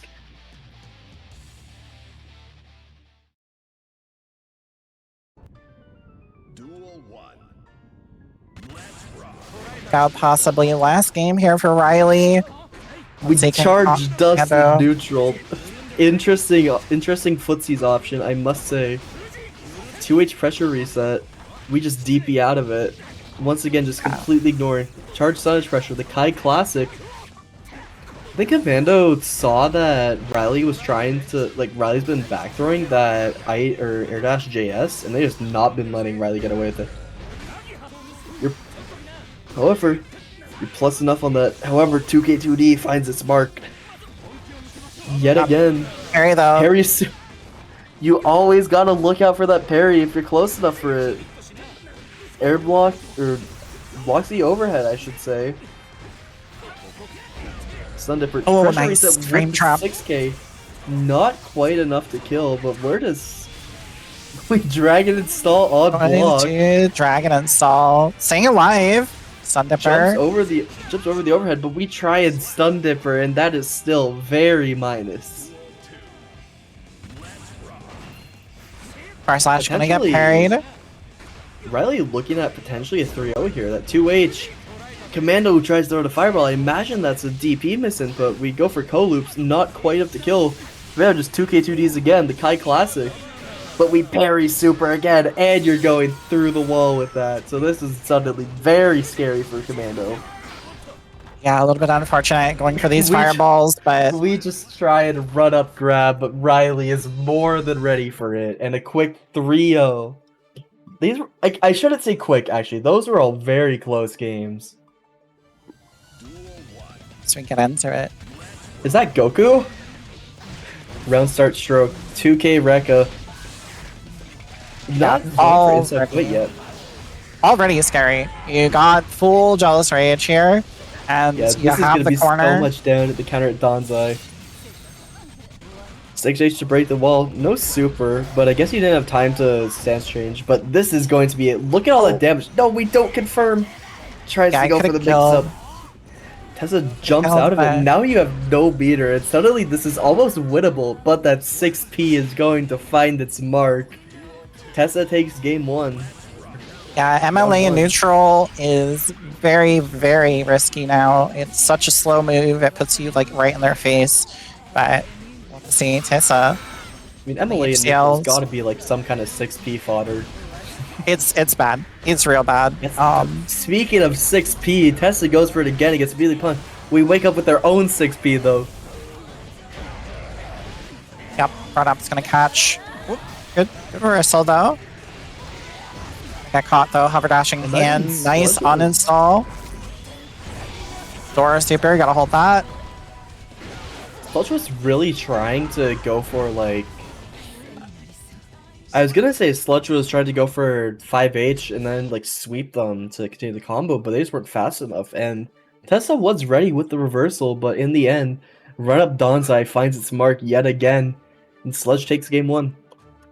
Yeah, this is a little bit weird for Eno. HCL doesn't work on ABBA. She just crouches under it even while standing, so you can't even use HCL as a neutral tool against ABBA to zone, which is really, really bad for Eno. It's one of her main tools in neutral to keep you out. And as we saw before, MLA is just so slow. You can't just throw out MLA. People are gonna just mash you out of it. Yeah. And I guess another thing is that ABBA has that really strong anti-air 2S, so you can't really force your way in with dive kicks either.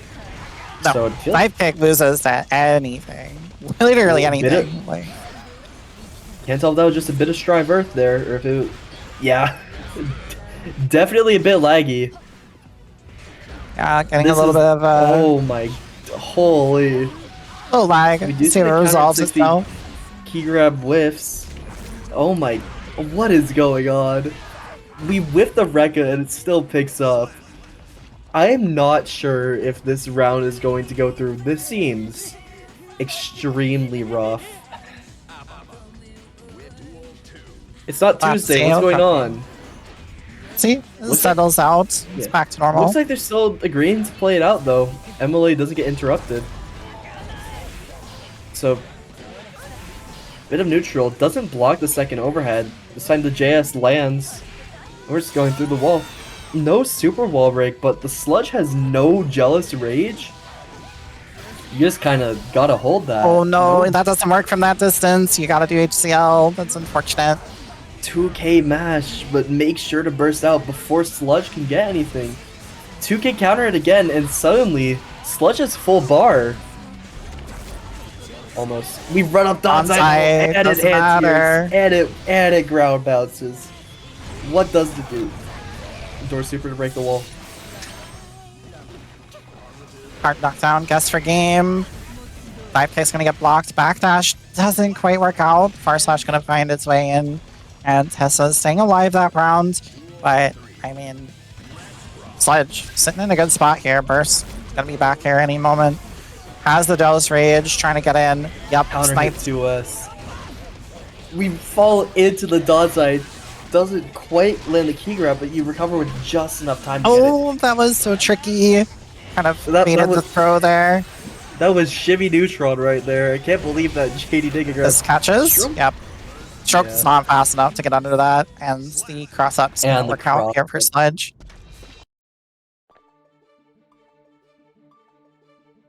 Yeah, this is a tough one.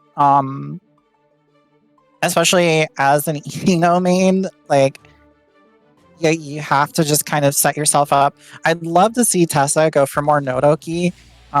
You know, try and get those hard knockdowns and loop pressure to kind of keep Sludge locked down.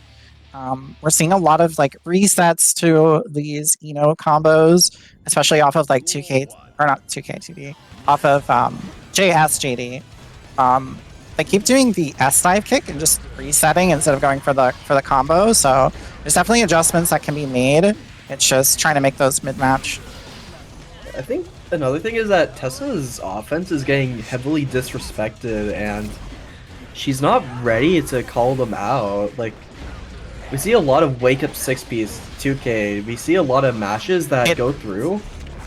To be honest, that is just Eno counterplay. Like, you can just mash on Eno and stop her from getting in. It's it's the actual counterplay. It is working. He grab's actually enough to kill. I don't believe it. Set point for the Sludge here. Empty jump into 2K. Finds its mark. That's gonna be a wall break. Block the close slash. Good uninstall too. Jealous Rage. This is going to be so scary to try and defend against. We IAD though. Actually calls out the approach and the burst bait. Unfortunate. Yeah, a little unfortunate. Tessa though played really well into a kind of weird matchup. Definitely a hard one to get around as Eno. So good job from Tessa. It's gonna be knocked out of the bracket, unfortunately, but congrats on that top 8. Nice seeing another Eno kind of make their way up here. But here we go, losers side of top 8, Dizzy versus Lorean. And yeah, you gotta burst that. Counter hit Begina is terrifying. I do think it's really funny how they gave it the massive counter hit now. Like that, it looks silly. Spins through the far slash. Actually is able to punish that with close slash as well. Yeah, nice conversion. Anji does decent amount of damage himself, so in the corner here. Nice pickup. No super, but get the wall break. I think Lorean just not that scared of playing neutral against Goldlewis, and it's paying dividends because now you all have all of that meter to spend. Like any hit leads to a kill there.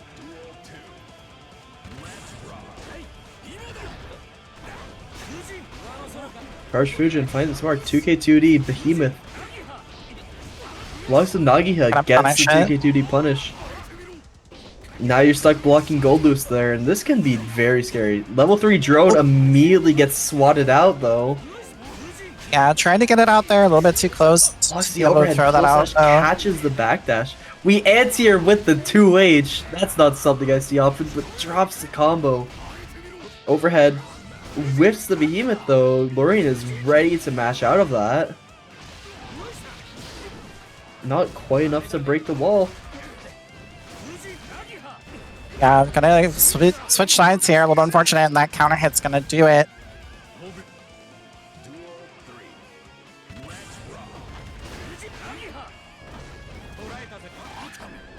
Actually, air throws the Ko that time, making sure that Lorean isn't just getting away with these. Forcing the burst though, you're still in the corner, but you have bursts, you have ways of getting out, but kind of just swinging buttons right now.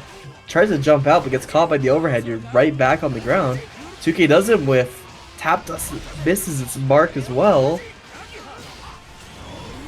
Yeah, now in the current backdash, does this work?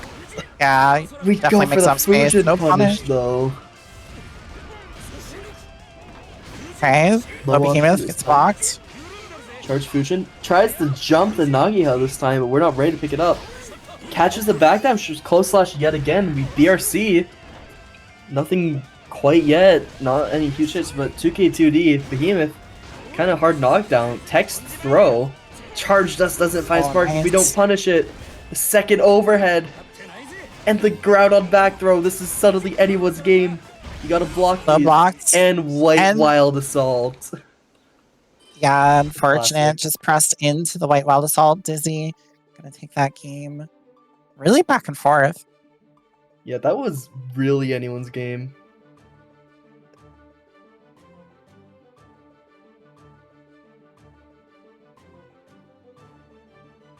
Honestly, we saw a lot of really good Game 1 adaptations. Like, I think Lorean is really ready to punish, their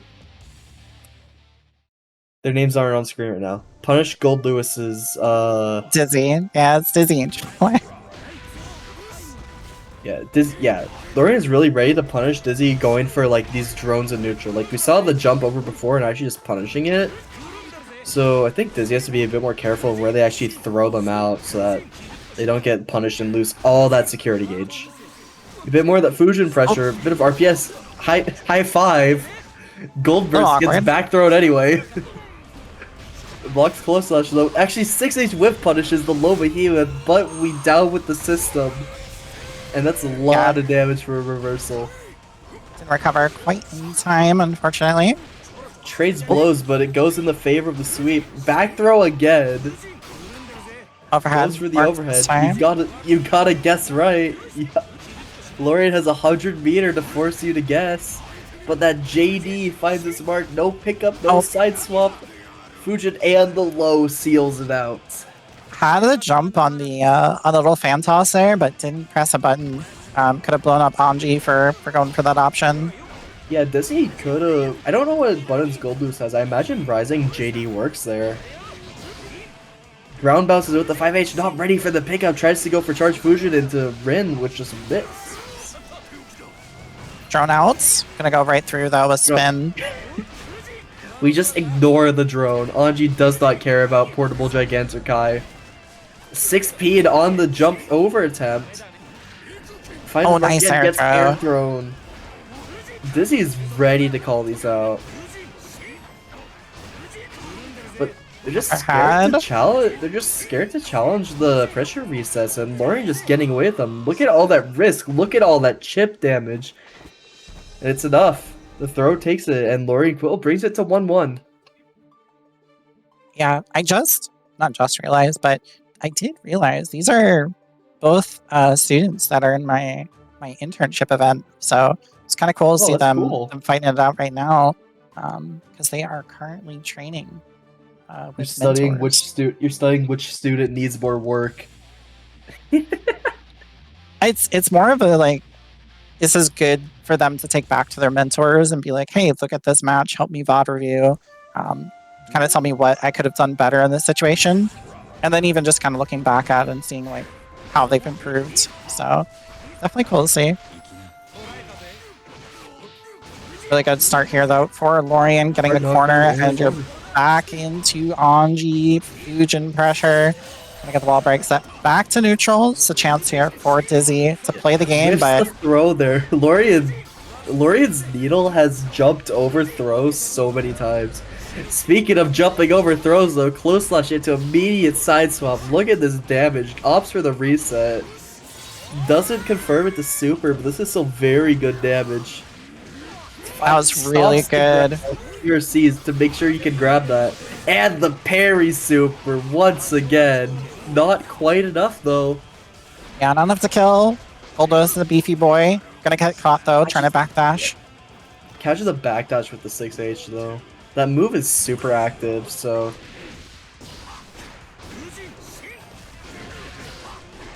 Tried to jump out, but... Jesus, there you go. Jumps out successfully that time. We're seeing so many of these jump attempts from Dizzyangelboy.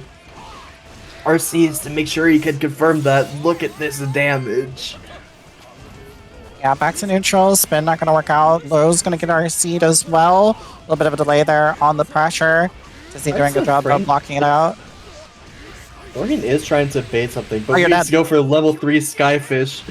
Yeah, that's enough to crush the guts.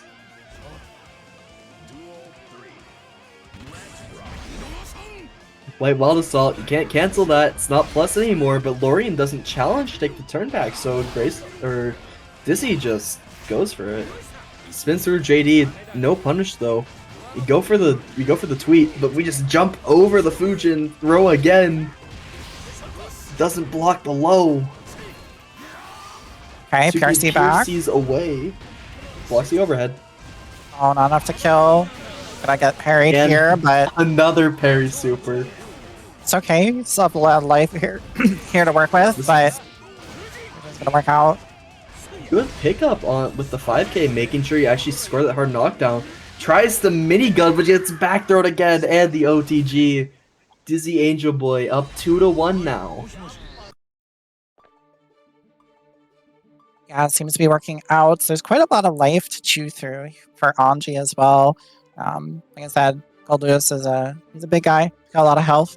So I gotta work a little bit more to kind of get that all off of him, but we'll see if Lorean can make some adjustments here.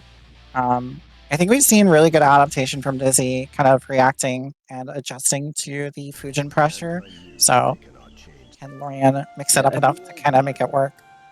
One thing I noticed is that I think Lorean was actually ready to punish the minigun attempt, but I think they didn't account for the fact that their bird was already out, so I think that may have made them drop.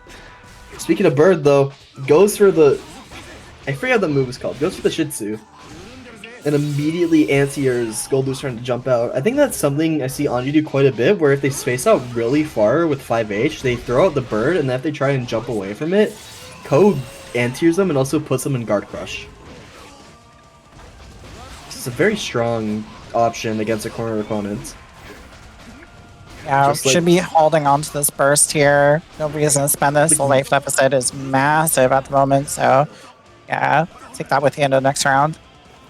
US takes the counter hit. Okay, staring at each other lovingly. Another fake Oki into throw. Charge Fujin. Catches the backdash attempt or the jump attempt with another Nagiha. Going through the wall. Lorean's looking very strong right now. This might go game 5. Empty jump into throw. 6H Bird goes for tries to catch a jump out, but Goldlewis is ready with yet another air throw. Overhead gets blocked. Whiffs the behemoth, but anti-airs with the close slash. Runs up with the parry, but Dizzy doesn't press on it. Oh. The flex shield. You're dead, right? Surely. No! Okay. Drops the combo, but the other behemoth is enough. That was scary for Dizzy. White Wild Assault on round start. Finds mark. We just wake up with the ground on back door yet again. Goes for the +8. Right now. for Dizzy, by Jump the from way. Anji this time. Set point, yeah, set point versus survival point here. Goes for the tweet. Into nothing. Fujin blocks the overhead, doesn't get punished though. Probably expecting Lorean to try and RC that, but just doesn't. Low RC this time though. Make sure you actually get the pickup with that co. This is something that clash. But the clash into Behemoth, never mind, we back throw again. No RC, giving Dizzy one more chance, but... Yeah, Lorean staying alive, bringing us to game number 5 in a really back and forth set. That could have been super scary for both players. Like, Goldlewis puts out insane amounts of damage. Anji damage isn't anything to slouch at either, I gotta say. Yeah, this is going to be down to the wire. I think Lorean has been running a lot of Anji pressure that Dizzy's starting to recognize, and Dizzy can kind of make a lot of these hits that they're getting. It's going to be over pretty quickly. Good mash on the Fusion, but wasn't ready to convert with the side swap. Behemoth air throw again. You're back in the corner. I think we've seen this situation so many times before, but both players are not scared to jump. They're taking any opportunity they can to get out. We do get that hard knockdown though. Behemoth catches the backdash this time and the counter hit. Lorean tried to wake up with the grab that time. We just immediately burst out. Oh, that caught the Skyfish attempt. Catches the Skyfish immediately with that. But we go for the level 3 down with the system, and it's enough to kill Dizzyangelboy on set points. Spin round start, the classic. Gonna get the pressure started here. Low. Nice pickup. Moving into the corner. Hard knockdown again. Stuck in the corner. Gets Punishing the the low this time though. You can side swap, but goes for the throw against wake up. Nothing too I like that much. Blocks the overhead. Once again, doesn't punish. I think we're just waiting for Lorean to try and... We just throw out the beam super. Tries to skip really neutral. Nice pickup. Yes. We tried to skip neutral with the beam super, but you didn't side swap, so you're still stuck in the corner against Anji. Tries to go for the meaty far slash, but mistimes a little bit, but I don't think it matters. Drops the 5k pickup though. But you're at such a health deficit, and the charged Fusion is going to put this to a final game, final round situation. Yeah, spending 50 burst here on White Wall Assault could be scary. You're not going to have a burst available to kind of get out of a lot of this pressure.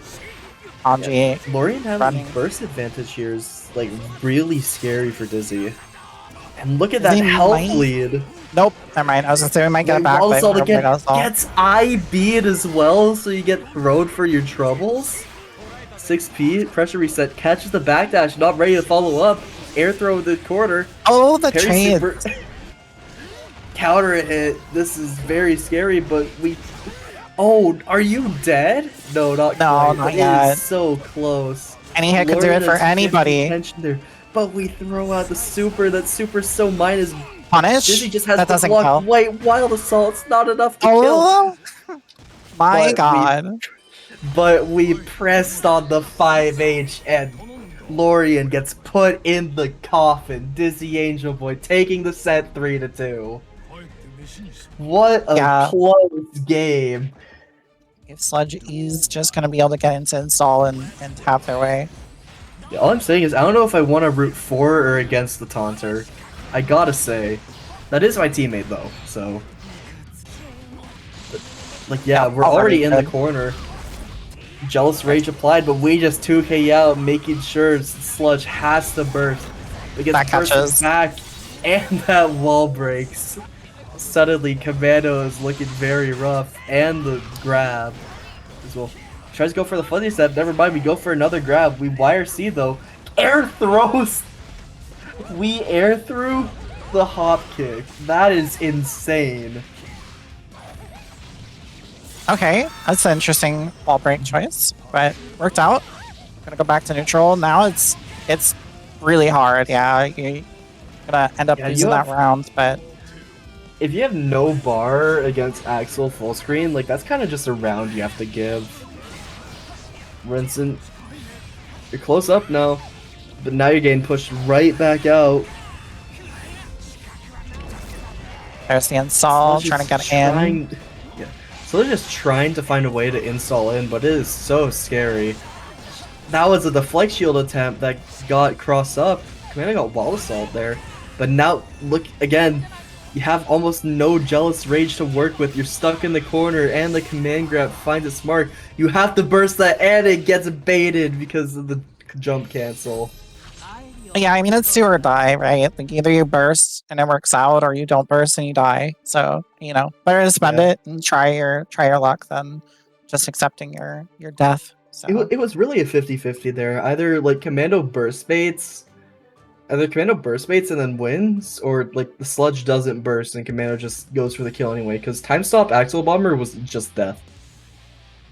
Good attempt, kind of but just checkmate situation. Never feel bad about bursting to save your life. Like that's more the point I'm getting at. Like, don't just accept your death. You have burst. Might as well just try it. Got 50-50 on your own offense. But yeah, like I think what you're talking about is especially apparent now, because like, yeah, Sludge had a few opportunities to get in, but like we see there, like you have no gauge to work with. This is when Abba, like, she struggles so hard, and we don't finish our food, but it just doesn't matter. We catch the Sludge pressing. Yeah, I mean, even when Abba gets Jealous Rage, it's not just like I win. You know, Axel's still a zoner, still can stop you from getting in. It's just you're on a timer, right? Like, Abba needs to make the most out of the time she has in the mode, and good awareness there, uninstalling, getting a little bit of meter back. It's just like, especially in those cases where you're kind of like stuck at full screen, you're just like, yeah, this is rough. We're trying to set up another fuzzy. Never mind, we just go for yet another grab. Abba's a strike throw character now. Yeah, that was a nice quality of life change they gave her, where like your throw doesn't deplete your Jealous Rage timer anymore. It like freezes it for you. But I even think I get a chance to use it. Like, we're just getting zoned. Yeah. Yeah, and just Redson after Redson. If it keeps working, don't stop. Commando going up 2-0 in this game. Yeah, this is a tough one for any Abba player. Like, if you meet an Axel in bracket, you gotta really gap. But like, this has got to be a really losing matchup for Abba. Yeah, this one seems rough. Like, Abba can rob sometimes, but this just seems quite the uphill battle.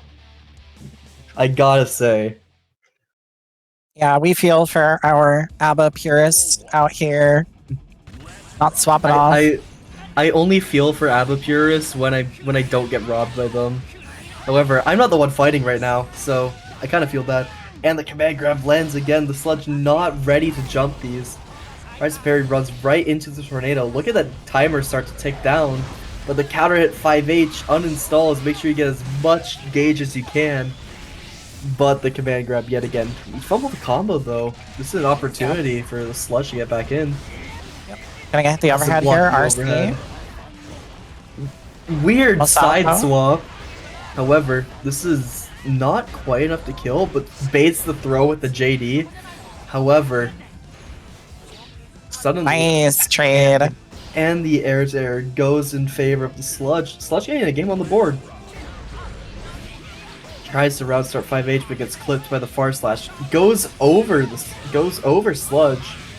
You're stuck full screen again. Command grab, finds mark, and you're side swapped into the corner. Tries to burst bait.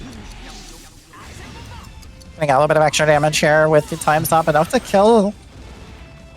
This is now set point for Commando. That was good awareness from Commando, because I don't think just Rainwater into Bomber had enough damage to kill, so I think time stopping just to make sure you got that extra hit in. Pretty strong situational awareness to make sure that the kill is confirmed. Nice. So we're seeing that strike throw so strong yet again. hard knockdown, but Commando's kind of stuck in the corner, but now you're getting pushed to full screen. Dodges the command grab this time, and you're punished. Not dead quite yet, but very little in the tank to work with, and doesn't block the overhead. The Sludge gets a game on the board. Yeah, really good use of the door sweeper. You know, Axel's going to want to press buttons against you full screen, and that's a great way to punish him and make him think a little bit more about just throwing out buttons. So Sludge doing a good job there, staying alive, has one more chance potentially here.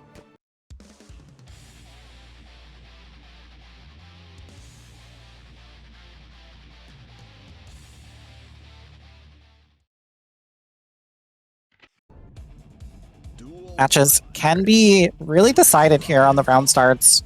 We'll have to see. Already full screen. Good use of parry though. Get a little bit more jealous rage. I like that parry attempt from the Sludge because we've seen Commando go for a lot of like P buttons. We've seen a lot of far slash in particular on round start. So trying to parry, just get that bit of gauge back. But look at the situation you find yourself in now.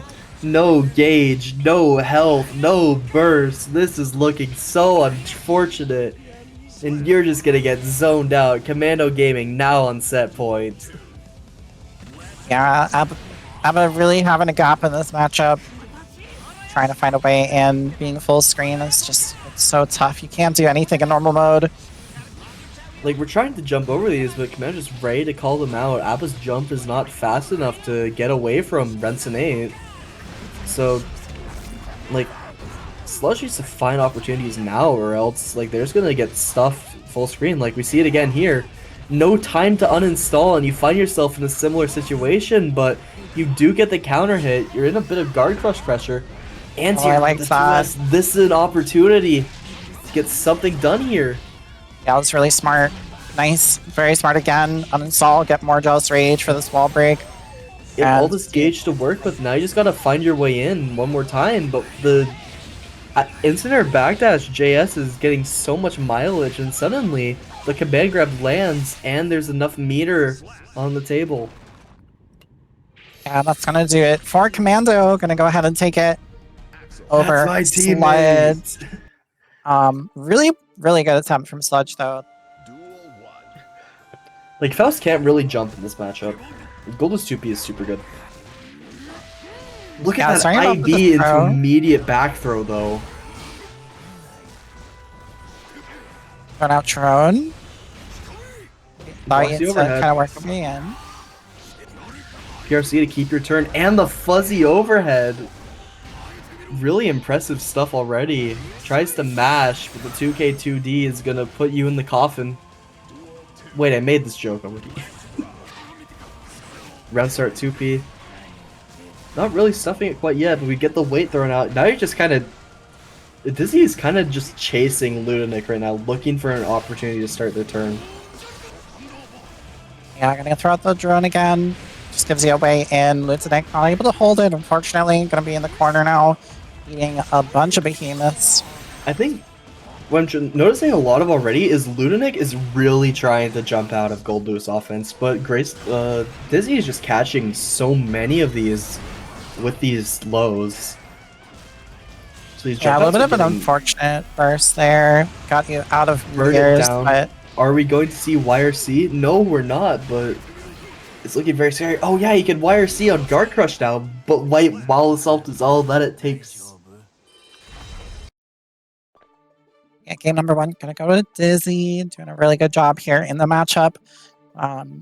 Seems like Lutanic having a little bit of difficulty working their way around the drone set, which makes sense. That's a little bit of a weird tool to kind of get used to. It's basically like a mini, like, Dark Angel, you know, kind of gives Goldlewis a free way to get in on you. Yeah, I think a big thing about this matchup is that Faust has to win a lot of interactions to actually tear through Goldlewis's health bar. But Goldlewis is super high damage, and Faust does not have the most health. So it's a very explosive game if Goldlewis gets in. We're seeing trumpets come out. Seeing really patient play. Yeah, we're seeing a lot of JTK being represented, but that 6P finally checks. We eat the banana, but tries to go for the overhead. Pierre sees it, goes for a bit of a wacky combo there.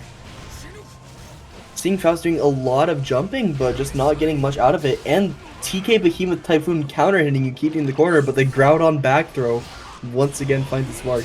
Never mind, we're reversaling. And I still chunk of damage, sending out drone again. Lutanic trying to just back off, wait for it to despawn. Finally got out Really of it. Good, Another meteor. really Oh my good God. JS air to air. However, you are never safe from meteors. Burn it down versus item super. I've never seen Overhead a finds its Faust mark, but pull so many meteors. Lutanic is like the meteor Faust. that was a bit unfortunate. Lutanic threw out a banana peel and kind of just hit themselves with slide head there. You have to hold Goldlewis Oki because he ran over it wrong.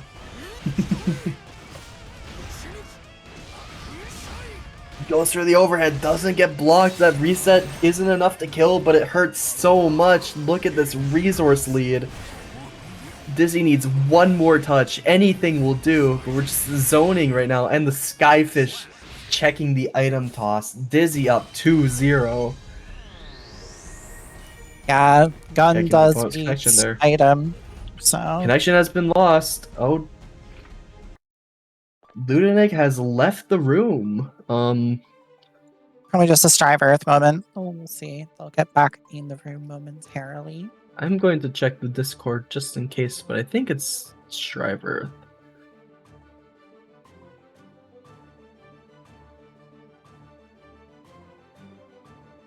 Yeah, Lutanic definitely has their work cut out for them here. Going into the Goldlewis. Seems like Dizzy feels a little comfortable in the matchup. Not having too many issues kind of navigating the item toss and other things on screen. So It is just looking like a bit of an uphill battle to try and come back, because again, Goldlewis doesn't have to win that many interactions to get crazy damage, and like once he gets a knockdown, it is super scary trying to contest him. So Lutanic just needs to, like, they need enough openings to keep Dizzy locked down and take the turn, but right now they're just not getting these opportunities. here we go, though. Yeah. Speaking of knocking down and getting opportunity, we just run up Snip here. Go for the overhead, actually putting yourself in the corner, but with a hard knockdown, we go for the Snip on block. Not quite ready to cancel that 2P into the side swap. Nice, getting the clean hit on the scalpel pull. Get the wall break. PRC expecting a grab, perhaps.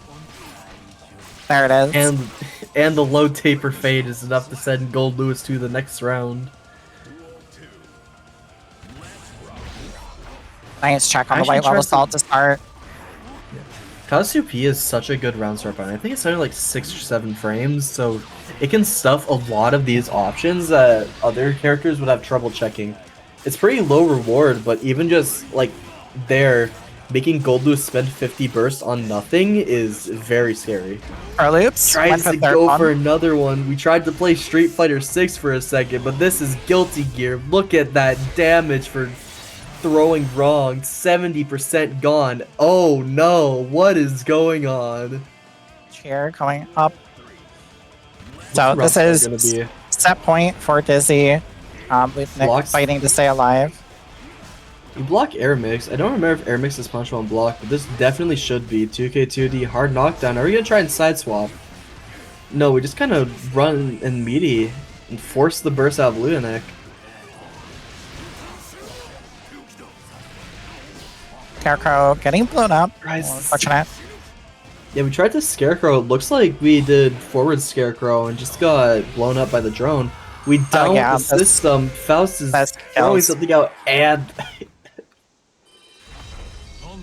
extended hurt boxes are a killer, I must say. Hey, at least we got to see it happen. So good job for Dizzy, who's going to be staying alive in the top 8 loser side. And congrats, Lutanic, for getting top 8. Unfortunately, going to be sent home here today, but still really well done. Congrats on your top 8 placement. Definitely an interesting one as we move here. Top 8 winners side, Robin versus Riley. And really good jab attempt on what looks like the 2H there. Doesn't block the overhead though. Gets clipped low. Now you're stuck in the corner. Quite a bit of damage on the table already. But we close slash the attempted pressure reset and we 6H. But yeah, that's what I was talking about. 5H immediately gets stuffed by the spin. Bit of a hero burst there. Riley has 100 to work with. We don't RC the Nagi hub, but it doesn't matter.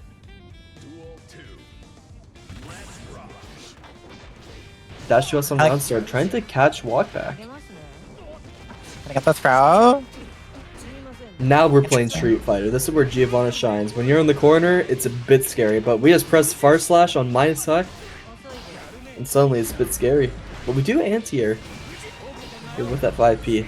Not quite the pickup we were looking for, and suddenly this is scary. We don't get the super wall break, so we have to reset to neutral, but Riley has so much meter to work with. Full screen Nagi head. Good whiff punish. Doesn't bait a parry or anything. Nice. We go for it that time. Throw RC. And I think this should be enough to kill. It definitely is. Very strong comeback from Robin. Yeah, great recognition that Anji had the meter for parry. Just waited it out. Got the throw. Runs into that 5H unfortunately. Gets countered as well. And the burst bait. This is gonna be so much damage, and maybe it's the kill, but we jump cancel. That was a super. Right back into Fujin though. That was definitely a super. Yeah, I feel like that was a misinput there on a super. Jump back and button was not the option. It could happen to anyone. It could happen to you.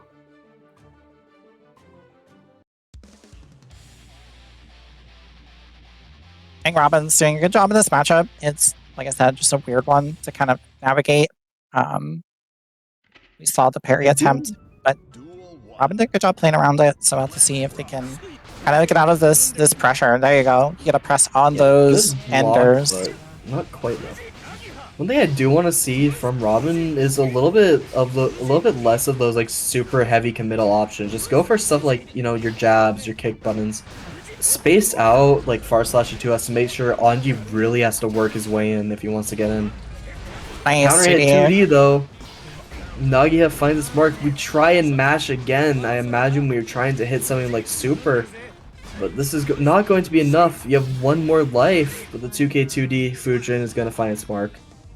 Yeah, these dash up far slashes are very committal. Every time those are whiffing, you can see Robin, or not Robin, oh my god, Riley getting the punish on those. So good backdash on the wolf kick, making sure that blocks the overhead though, doesn't block the following low though. Whip punishes the 5p. The button is super stubby. Low slash nice. Jabs out of what looked like a pressure reset time with that close slash, but drops the combo because of 2S. Catches the backdash with the arrow though. This is going to be a lot of damage. Oh, drops the pickup though. Cancels far slash too early. Okay, kills the super. Definitely have to kill.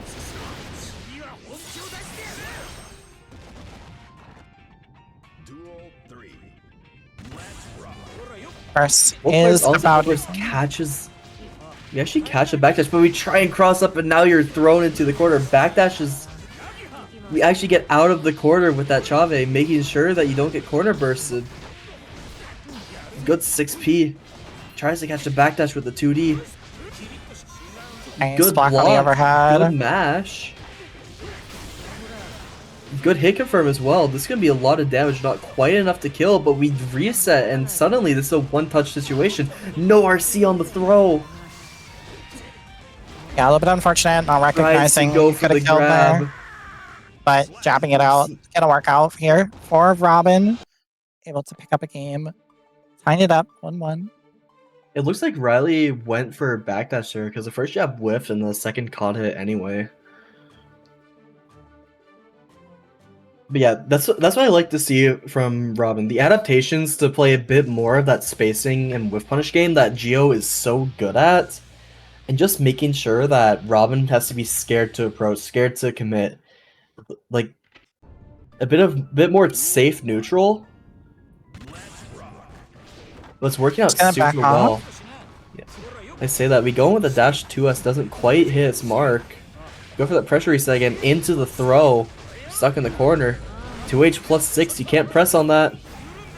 Spins through the 2D, not quite enough to get fished. Nice, good check Really- on the Really good jab, pressure. and not only that, that's almost side swap. No! Whiffs the close sledge, but swings into it again.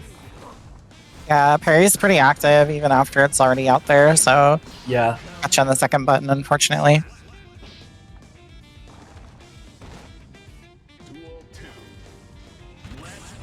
This round start gonna be nice. Just neutral jump over forward. the 2D. I think neutral jump and forward jump are both really good answers to represent to Anji, since he has to do something like he has to walk back into 60 or he has to do Ko in order to actually challenge it. Challenges the 2H with that 5P. Geo's 5P being 4 frames is such a boon in this matchup.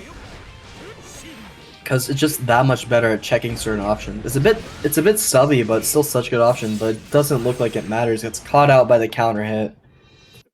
And Riley is one set away from being in winner side grands. Yeah, this is definitely looks like Robin is having a hard time with the Anji pressure. Mashed out in a few spots that were like really smart to do so, but a lot of this Anji pressure is just getting looped over and over and over in the corner, and Robin's not able to get out of it. I would like to see a use of like LRC perhaps, or just some kind of meter usage to try and get Anji off of you. Because otherwise you're just gonna be stuck in the corner. Like Anji's pressure isn't gonna wall break by itself. Yeah. We see it once again there, Robin going for like these dash far slashes and these dash 2S's, and Riley is just ready to challenge them, ready to whiff punish them. Tries to go for some 5P staggers, but gets caught by Anji's own 2P mash. Caught by the overhead this time. Tap does find its mark. We burst on that. Bit of a hero burst. Counter at 5H though. 2H drops. That button has no range, not quite enough to kill. YRC just doesn't want to hold anything. Nice, gonna cash out here. Just to make sure you can't get the wall. Gonna get the hard knockdown here. No parry to worry about. So you're gonna get the jump in. That's for the burst though. That's a win. That's a win for Robin. You get the burst out of Anji. That is still really good. Because you're gonna be up in burst this round. Yeah, you lose a round, but you're in such a better spot. Good pickup with the wall bounce. Super jump just to make sure you get the wall break. No dive kick to confirm, but that's probably fine. We just get spun though. Nice, good check on the really good check on the fusion pressure. Tries to go for the hard knockdown ender again. Doesn't RC the wolf kick, but this is still looking very good. And we just reversed the super. Yep. Anji 5H is disjointed, but Geo reversal is super horizontal. Going back to about even now, burst is going to be on the table for both players here, but you're already in the corner, going to spend it here to get out of the Anji pressure. Gotta get your way out of here. Don't want to be stuck in the corner against Anji. Robin tried to run up and press the button, but we get counter hit, and that's I think you're just dead. Yeah, that's gonna kill. Yeah. Just wasn't ready for the hop and the throw this time. I think Anji has so much mental stack in his kit that like getting hit by the resets or the throws, it's really scary to try and press on those after you've already been caught trying to do it before. It's a bit of recognition there. Yeah. It's not a French bread game, it's Guilty Gear Strive, and this is loser side of our top 8 with Dizzy versus Commando. We do see that Future Arc to immediately close the gap. 2K2D charge stun edge, forcing you to play neutral. We're seeing Dizzy try to just swing around a couple of buttons, but yeah, remember when I said I was surprised we weren't getting a zoner? I mean, we actually are, because Commando is playing zoner Kai right now. That's true. Also, I'd like to point out level 3 drone just ate that entire charge stun edge in one. This move is funny.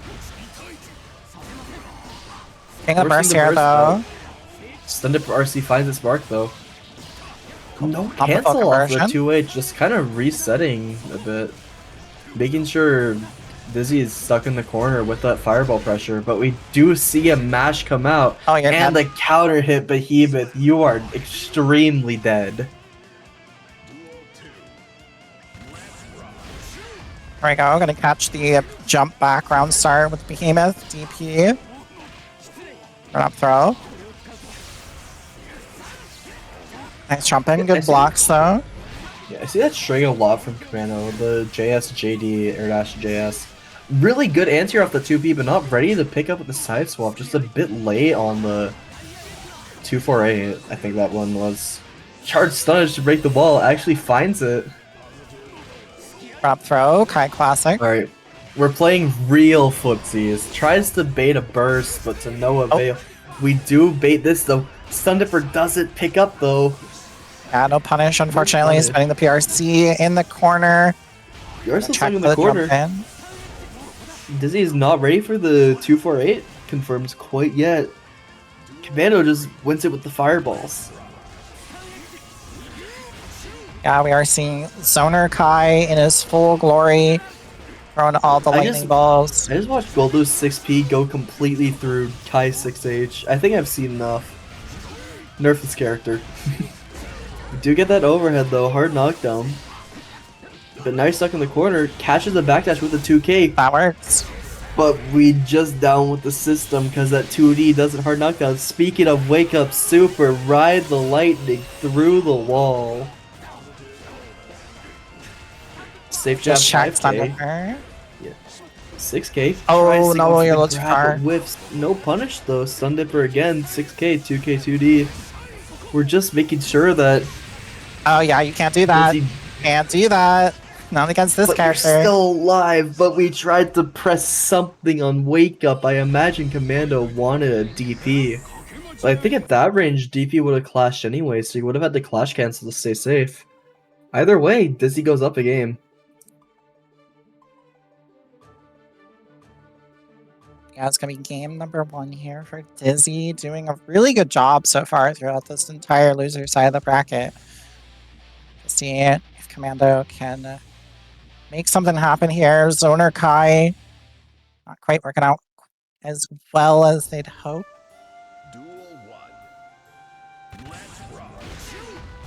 Okay, round start Behemoth. Classic. 6H frame trap. Yeah, you gotta burst on that. That would be so much damage. First, I like to point out the first hit that Stun actually whiffed, but Dizzy didn't block the second and got put in a knockdown anyway. Good pick up with the two. Good pick with the 2P, not quite converting to the 6H though. We tried a 6K through the drone, but Dizzy just blocked. Okay, wake up super. Doesn't get blocked. This 5K. Or this down with the system, I should say. Jump in. Gonna spin the burst. Could be a little bit of a hero burst. Let's see.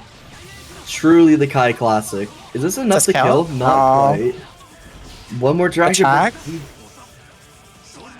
That was a really good check from Dizzy, but just not ready to pick up with the. And we went well assault. There's the DP.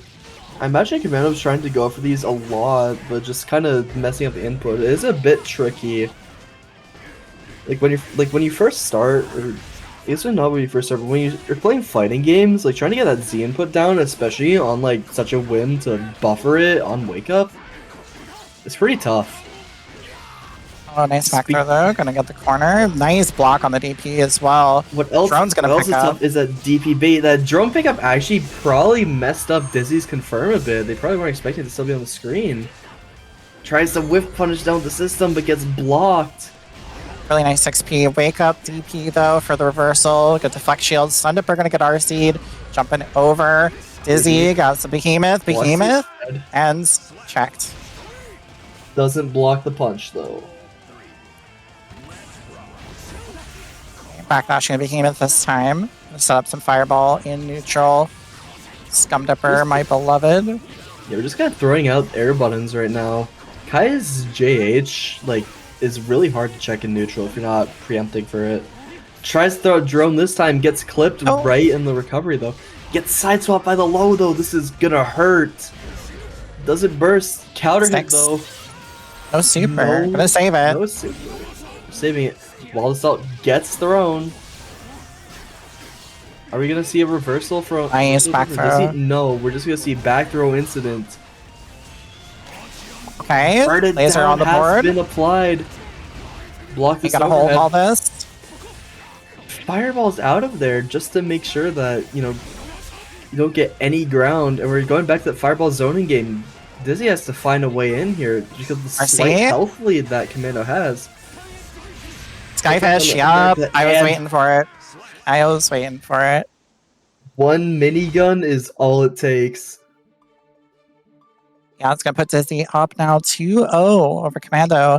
Curious if we'll see a swap here to the Axel, perhaps, or are we just gonna stick it out with the Kai?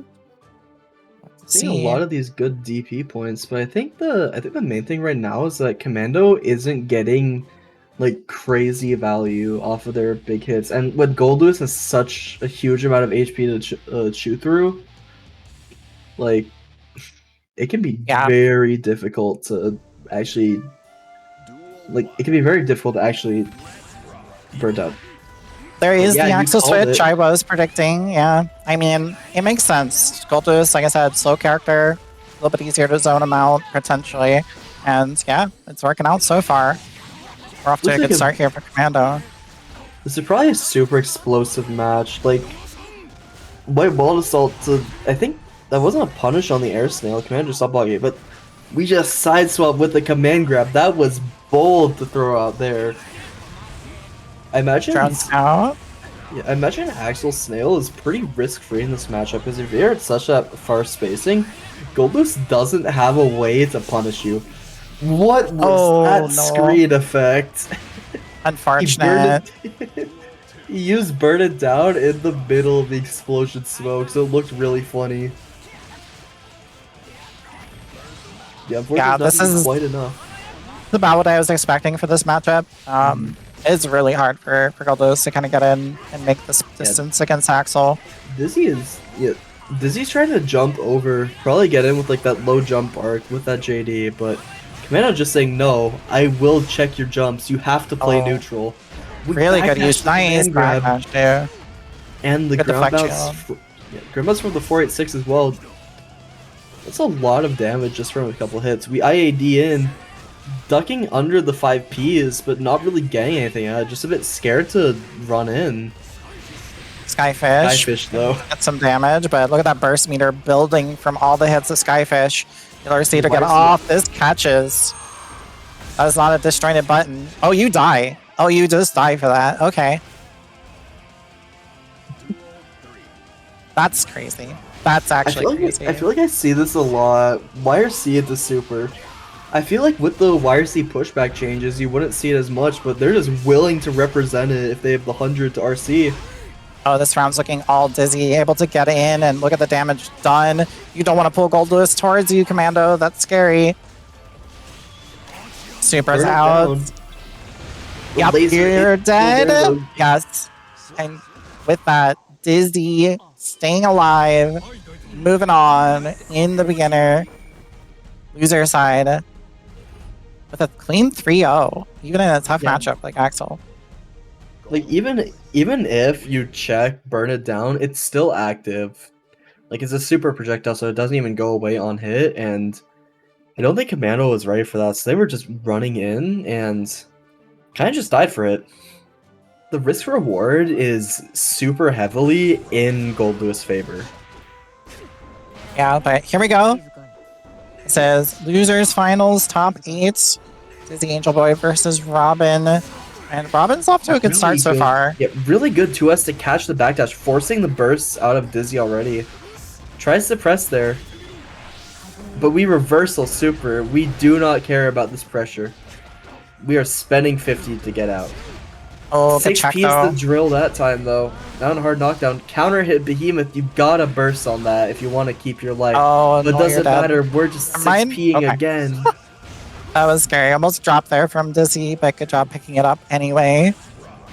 Robin Back is dash round swinging a lot of mids into Goldlewis, and it's working Nice jump out over. really well for Dizzy. Jumps over the Skyfish, not ready for the full pickup. That 2H actually drops again, but we do get the strike throw.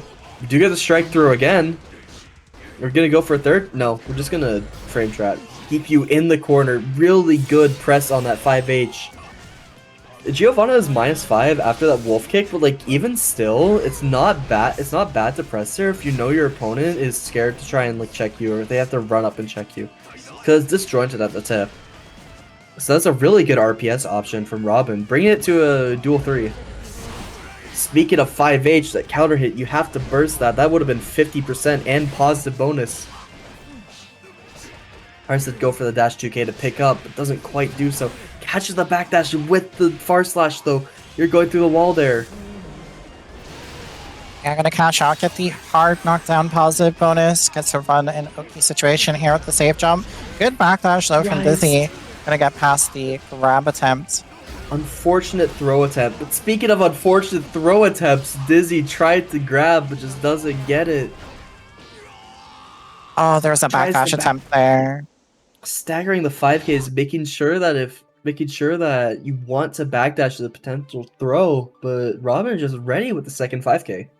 Really well played first game. They're right back on it. No hesitation. You gotta respect it. As far as I'm aware, I don't think either of these players really have an alt character. So I would not expect to switch regardless of win or loss. But here we go. See if Robin can keep it up or if Dizzy kind of catch on here. Get Good something backdash started. on the overhead BT. Catches the fuzzy jump attempt or the fuzzy backdash attempt with that 2S. Giovanna 2S is a really good button on offense because it gets FD'd out, but like doing after full slash, if you think your opponent is going to try and backdash or jump out, it's so good for calling out that defensive option because multi-hitting low, so it beats any attempt. Like, and we're seeing it here, like Robin is just spacing around that max range 5H, making like Dizzy scared to press. Like, you're minus there, but you don't want to press either because it's so scary to get spacing trapped by Giovanna, and we're seeing that a lot here. Catches the backdash, and the OTG is going to steal the deal on this game. Yeah, this is looking a little dire here for Dizzy. Trying to find a way in with the GL. Robin doing a good job blocking these behemoths though. Yeah. But this is when the situation gets really scary. Unless we wake up 6P. Dash 2S finds its mark again, not going for the hard knockdown variant, but still very good. Close slash staggers, catches the backdash yet again. No super wall break, but this is still such a good position for Robin to be in. Nice PRC forward. He pure C4 just to make sure it gets blocked though. Tries just holding down FD, and suddenly this is terrifying. And yeah, the overhead behemoth cancel. Dizzy's still on the board. Dizzy isn't out at all. Play bubble stall. Now has the corner. You gotta guess all this behemoth. Gonna get the throw.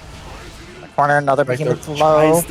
Tries to backdash at 268, just doesn't go as planned. Not quite enough to kill, but you are on the ropes. Blocking the gold gets burst. baited, but nothing to come out of it, and the 2K to beat the Chave wolf kick. Yeah, it's gonna tie it up here, 1-1 for Dizzy and Robin. 5H into Chave wolf kick is a 3-frame gap. I think Robin's just trying to delay it to beat Fuzzy Mash, but Dizzy is ready for it. Dizzy is not scared to check on that 5H.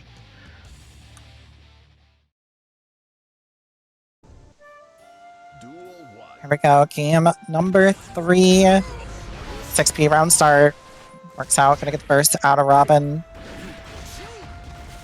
Yeah, the 6P is getting so much leverage in this matchup. Like, just calling out these 5Hs, these far slashes. It's a very good option. We're going for real strike throw though. Catches the backdash yet again. Getting out though, getting a drone. Level 3 drone. Hard knockdown. We reversal super though. Once again, just saying, you know what? If you're going for something not safe, I will find it. And it's not quite enough to kill, and the reversal super on the tap does the attempt. Yeah, really good recognition from Dizzy to throw that out there, catching tap dust. White Ball Assault gonna start off this round. Good blocks up, punishing. Once again, that delayed wolf kick after Chave. What's important to know if you're fighting Giovanna is that if she does 5H, like, or any button that isn't level 4 into Chave wolf kick, you can throw it unless she's at max spacing. The only buttons that don't let you throw wolf kick or enhanced wolf kick are 2H and close slash. But I don't think Dizzy is aware of that quite yet. Really good backdash catch and the pickup with the 5k. But yeah, Robin's getting so much value just out of the stagger pressure. We safe jump the down with the system.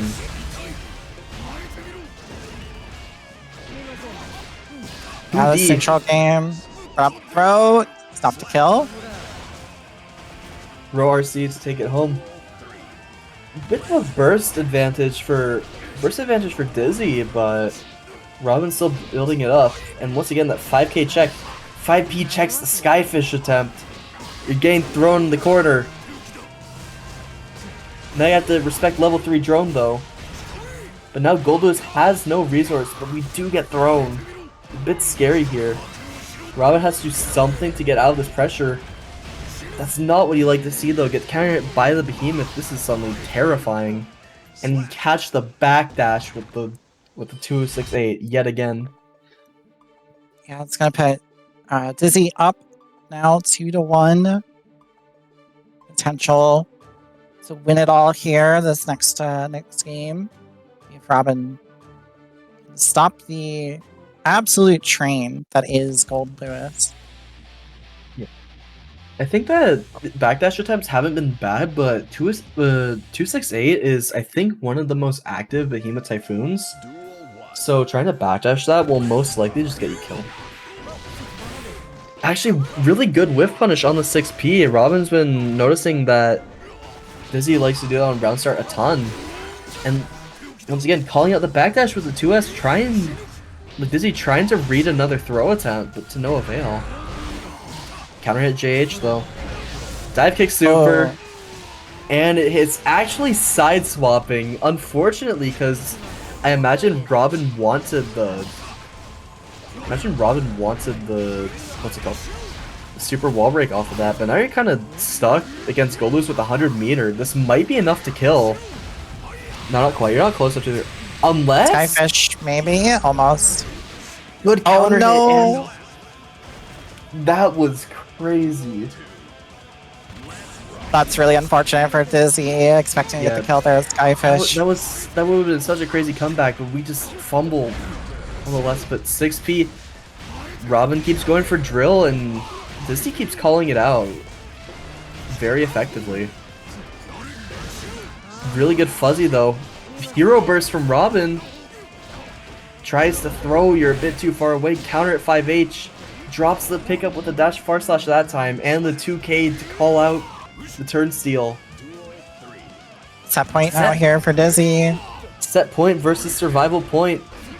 Dash far slash. Tries the 6p. Really good whiff punish. It's backing off, waiting. Gonna get the dash up throw. Robin's doing a lot of 5H into nothing just to make Dizzy scared of what to do next. Like, do you want to 6p the drill? Do you want to 2p or the attempted frame trap? Or do you just want to kind of hold that? Because if Robin walks back and Dizzy's a 6p, and the burst bait just to seal the deal. Yeah, do or die, use it or game don't. 5. Yeah. It wasn't a bad burst attempt. You kind of had to do it there, because even if Robin, like, that enhanced wolf kick usually ends the combo, but even so, Giovanna can get an OTG after. So you have to burst on that, and Robin just RC to make sure that, you know, you couldn't get bursted out for one last attempt. Yeah, better to try and it get blocked than not try at all, to be honest. There's always a chance that they're not expecting it. Nope. There's no reason to save burst for next game. Just use it.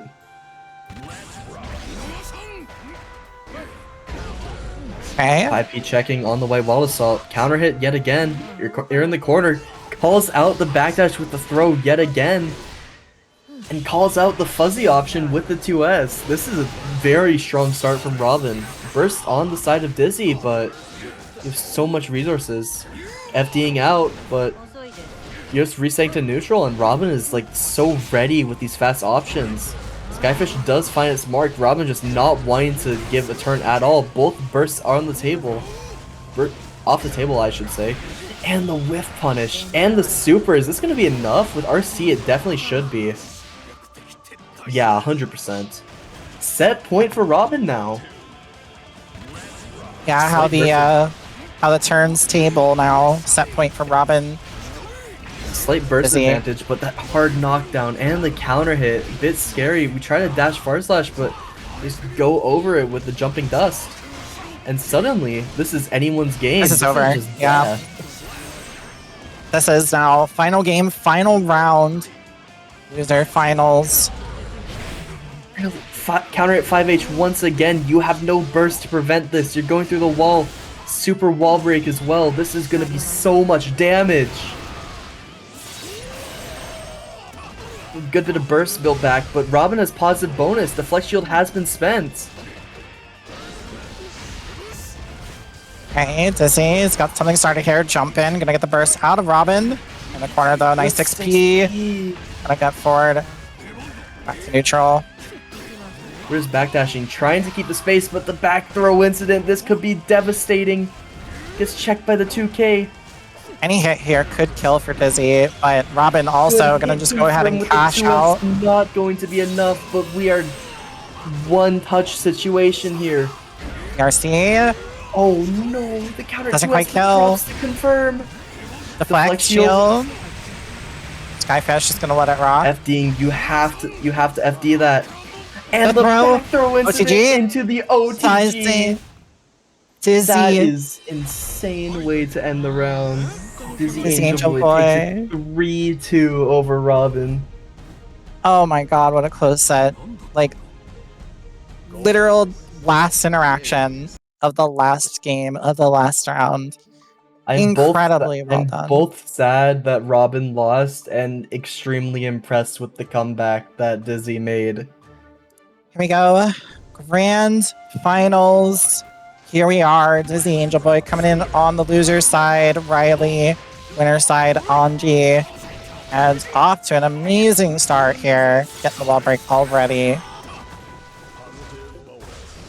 Will we see a reset is the question. Does Dizzy have what it takes? Actually, whiff punishes with that far slash, but you're a bit too out of range to get 5H there. Low finds his mark yet again. We're just playing mix up. You gotta guess correctly. And that tap dust is what seals the deal.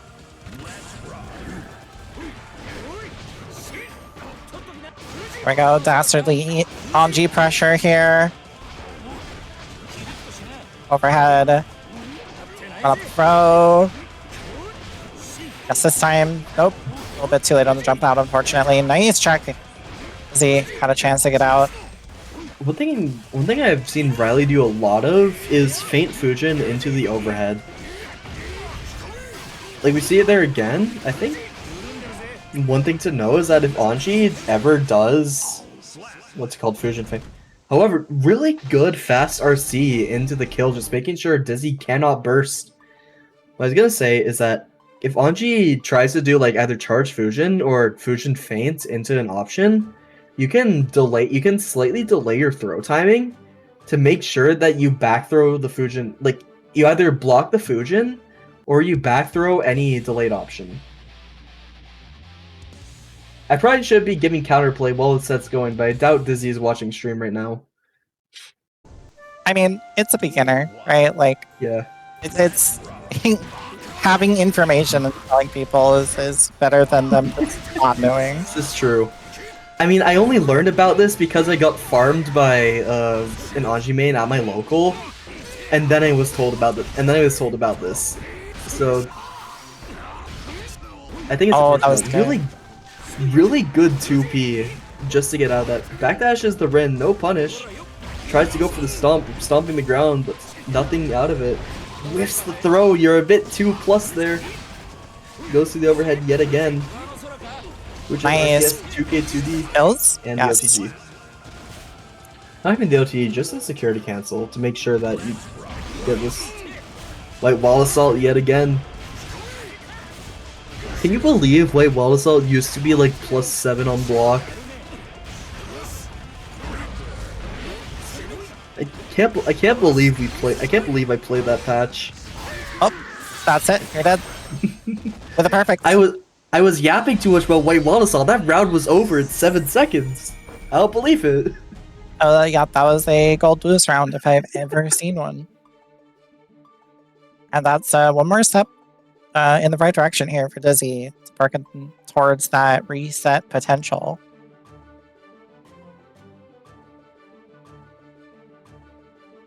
It's a long road ahead for Dizzyangelboy here, but you know, one little win at a time here, whittling down towards that reset potential. As we get into our next match. Duel 1. Let's rock. Let's rock right here. Round start 6 speed goes unpunished this time. I've seen a lot of backing up from Riley. Like, Riley is not scared to just play neutral, gather information, just make sure that, you know, they're not getting counter hit on round start. They're not getting blown up. It's like one of the scary things, because Goldlewis neutral, like, it's not the hardest to navigate around him now that they nerf, like, JD. So I think backing off in situations like this is actually very good to do, just to make sure that you're gathering information. We go over the Skyfish. Yeah, I appreciate the commitment to holding Skyfish there, but yeah, unfortunately, Anji did clear the gun. It's the knockdown here. Run up. Ooh, good jab out though. Double Behemoth. Yeah, Riley went for the 2H pressure reset there, but that thing is like 30 frames startup now. Dizzy was ready to press, but didn't keep the confirm going. So at the end, Riley took the round. Hurt far slash.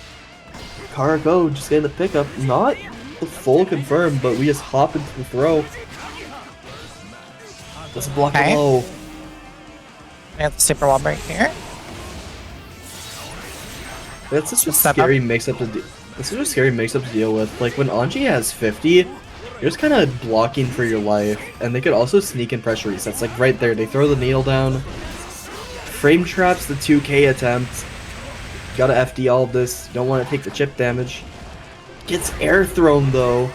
Counter hit Behemoth. You gotta burst that. But we get back thrown again anyway. And Dizzy fighting for their life here. Can't let Anji get out. Going for the overheads. The JD isn't quite enough. Good IB on the clone slash to no avail. And the overhead. Unfortunate there for Dizzy. Had a good opportunity, but Riley found the hit. Puts them up now 2-1. Trying to stop this reset from ever being a thing. We'll have to see if Dizzy can make it happen. Riley's trying to speed run this tournament, this grand final. I don't know what to say. Yeah, if anyone's going to give him enough trouble, though, it's definitely going to be Dizzy, who's been just very dominant all day, very close sets. You know, it's Goldlewis. You can never count Goldlewis out. This character does so much damage. He just needs to get those hits, and this could be anyone's game. Yeah, all I'm saying, one Goldlewis counter hit can change the world. So, it really is anyone's game here. Good block, and a punish, nice side switch into the corner. It's exactly what I'm talking about. Not going to spend a super here, unfortunate, but, you know, now you're back in neutral with Anji. That's what dominant system is. But look at the reward off of just a counter far slash. Oh, he pressed. I think No, Riley is blocking that.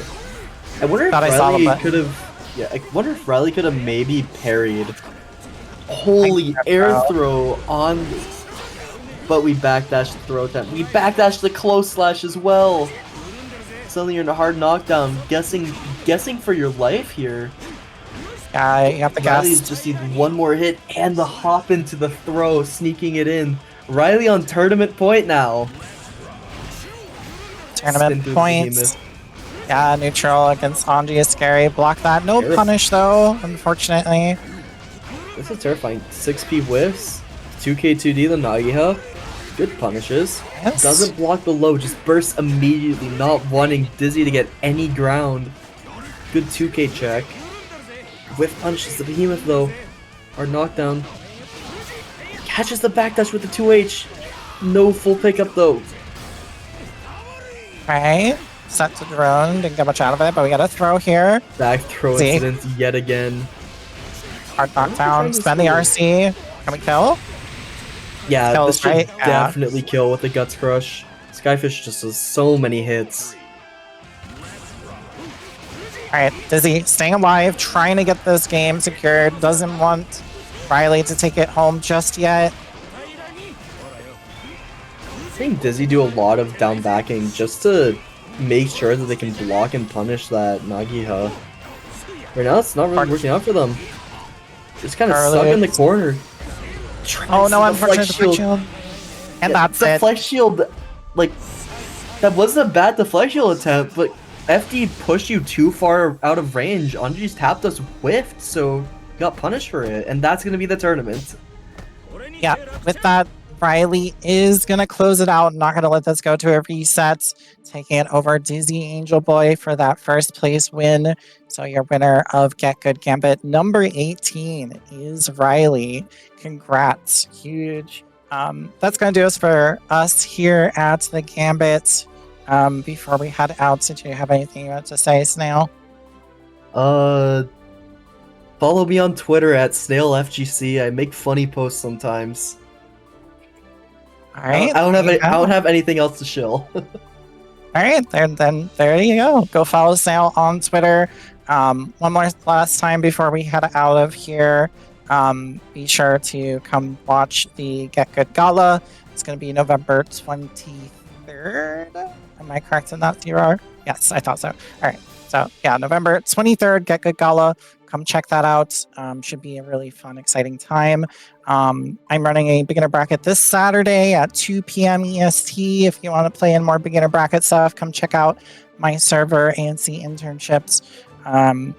Lots of fun there. And we will be having my internship event in about 2 weeks. So lots of fun stuff on the horizon for Guilty Gear players, especially in the beginner bracket circle. But that's going to do it for us here at the Gambit. Thank you, everybody, for being here and watching as always. And we'll see you all in 2 weeks. Bye-bye.